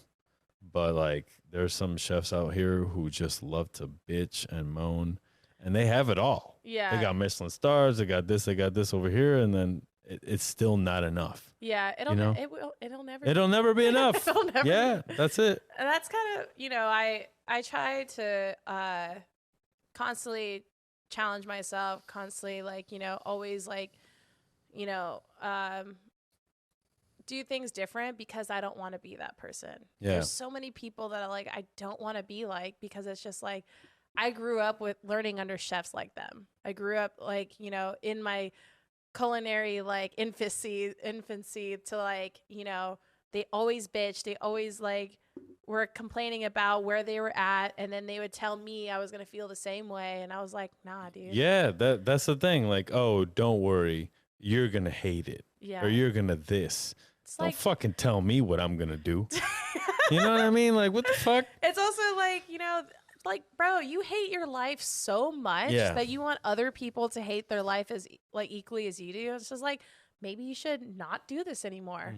You know, it's just like, I don't agree with when people are like, I have no other option. Yeah. And it's like, I agree with it, and I don't agree with that, because I think if something is making you so unhappy to that point, in the US and like in, the Bay Area, there are other places, there are other avenues. There's so many like things that we can be doing, and it's like we have the opportunity to like, if we want something, we can do it, and I think that like there's no excuse to like, if we have the option to choose our life, we don't have an excuse to like not be happy because like of the choices that we're actively making. And I think that's like, obviously there's reasons why, like, we aren't able to do the things that we want to do, but it's just like, I think that like, if you're really unhappy somewhere, like, I think you can actually go out and change it. Yeah, for sure. For sure.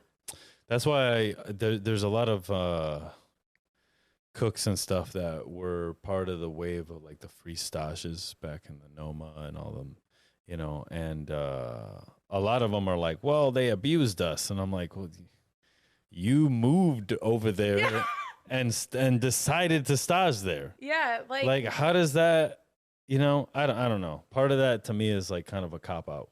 Yeah. It's like, I get it. This shit's hard. And I think part of the culinary training now for youngsters is to show them like what they should look for to know, I gotta go.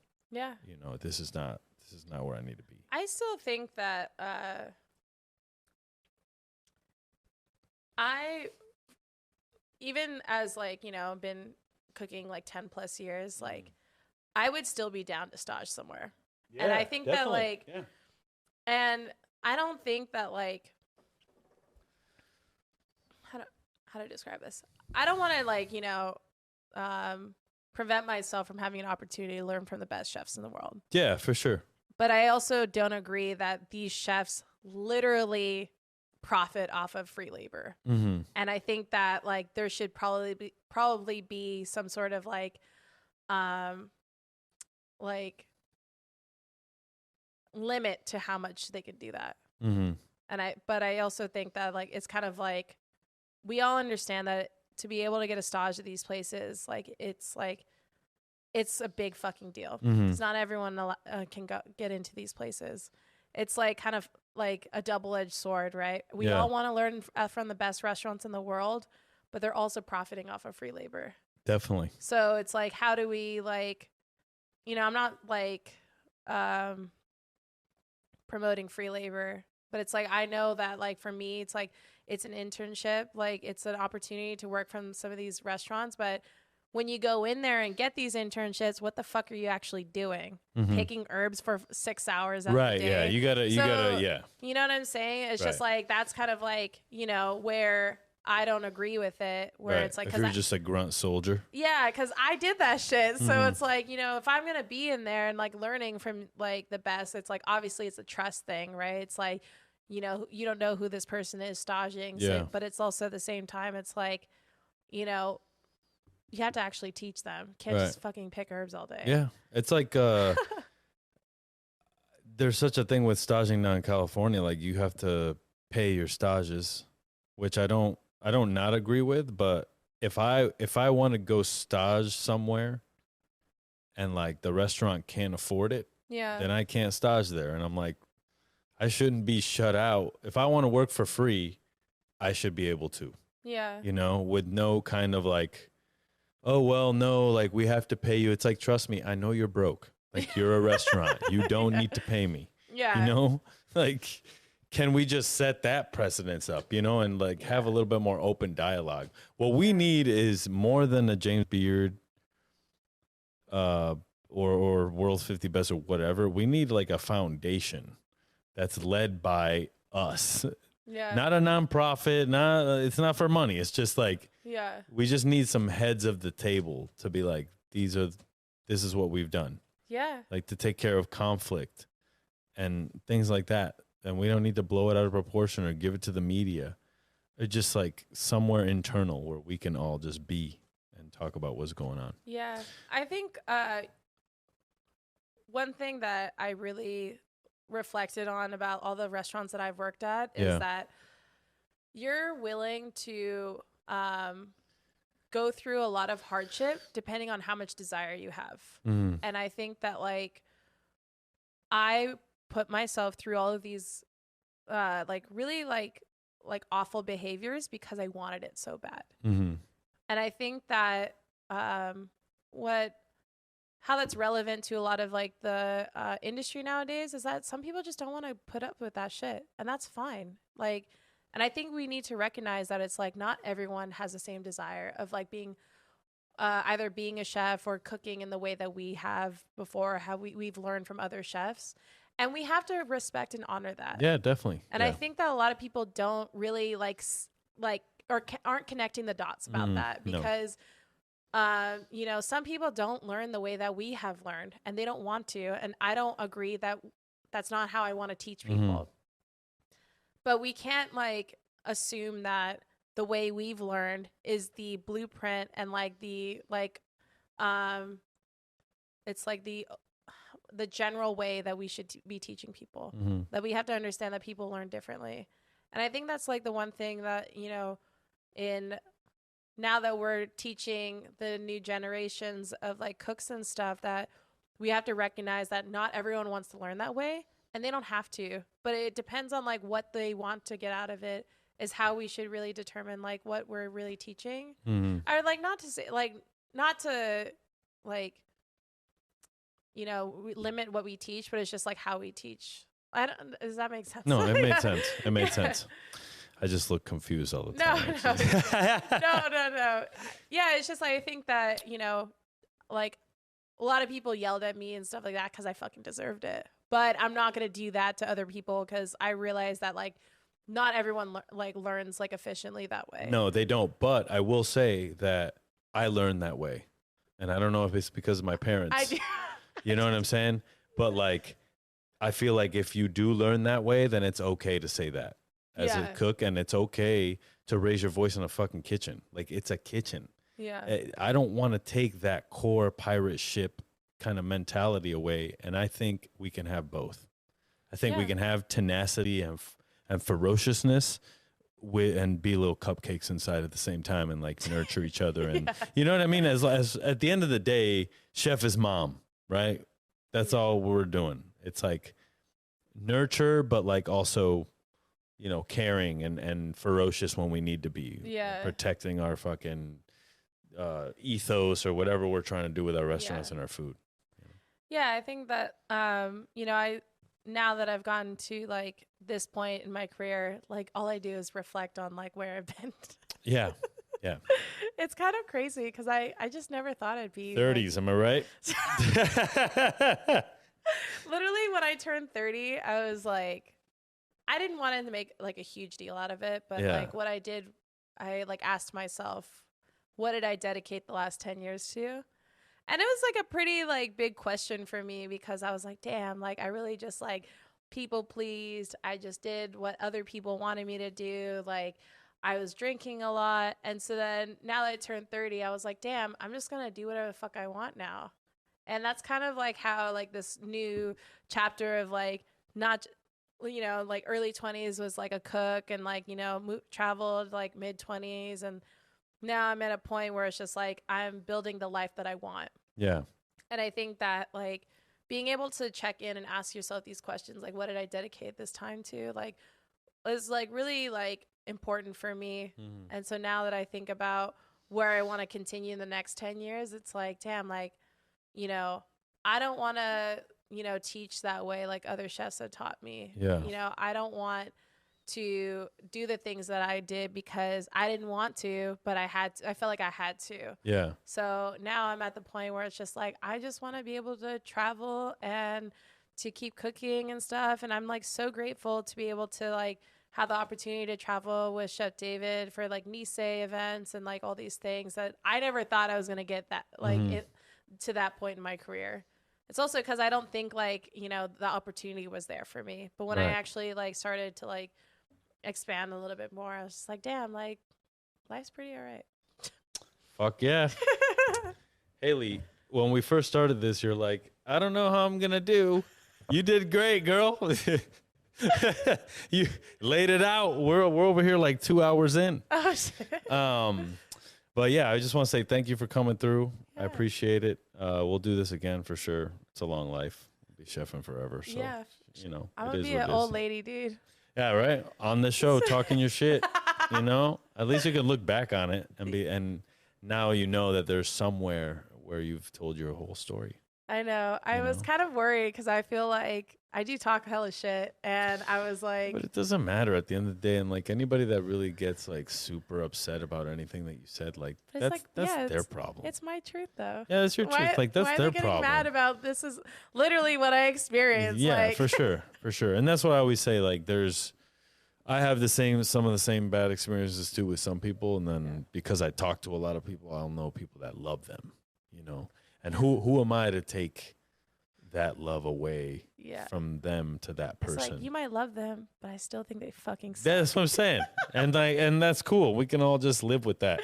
And if I'm the kind of person that if anybody feels like that, like, dude, we could still be in the same room. It's all good.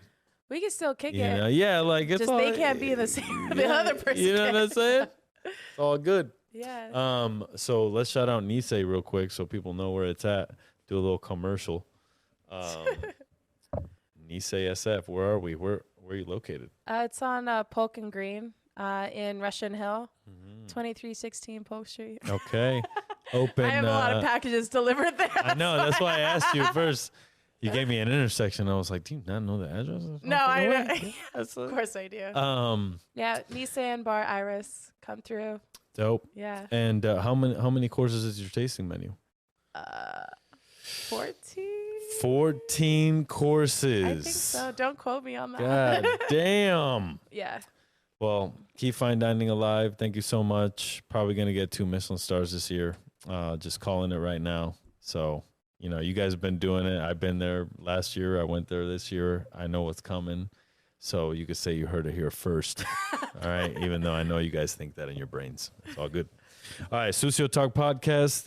Haley Garabato, Filipino sous chef over at Nisei. It's a Japanese fine dining restaurant by David Yoshimura. Check it out. Russian Hill, SF, Bay Area. Peace. There you go. How do you feel? Great. Feel good? We did it, Haley.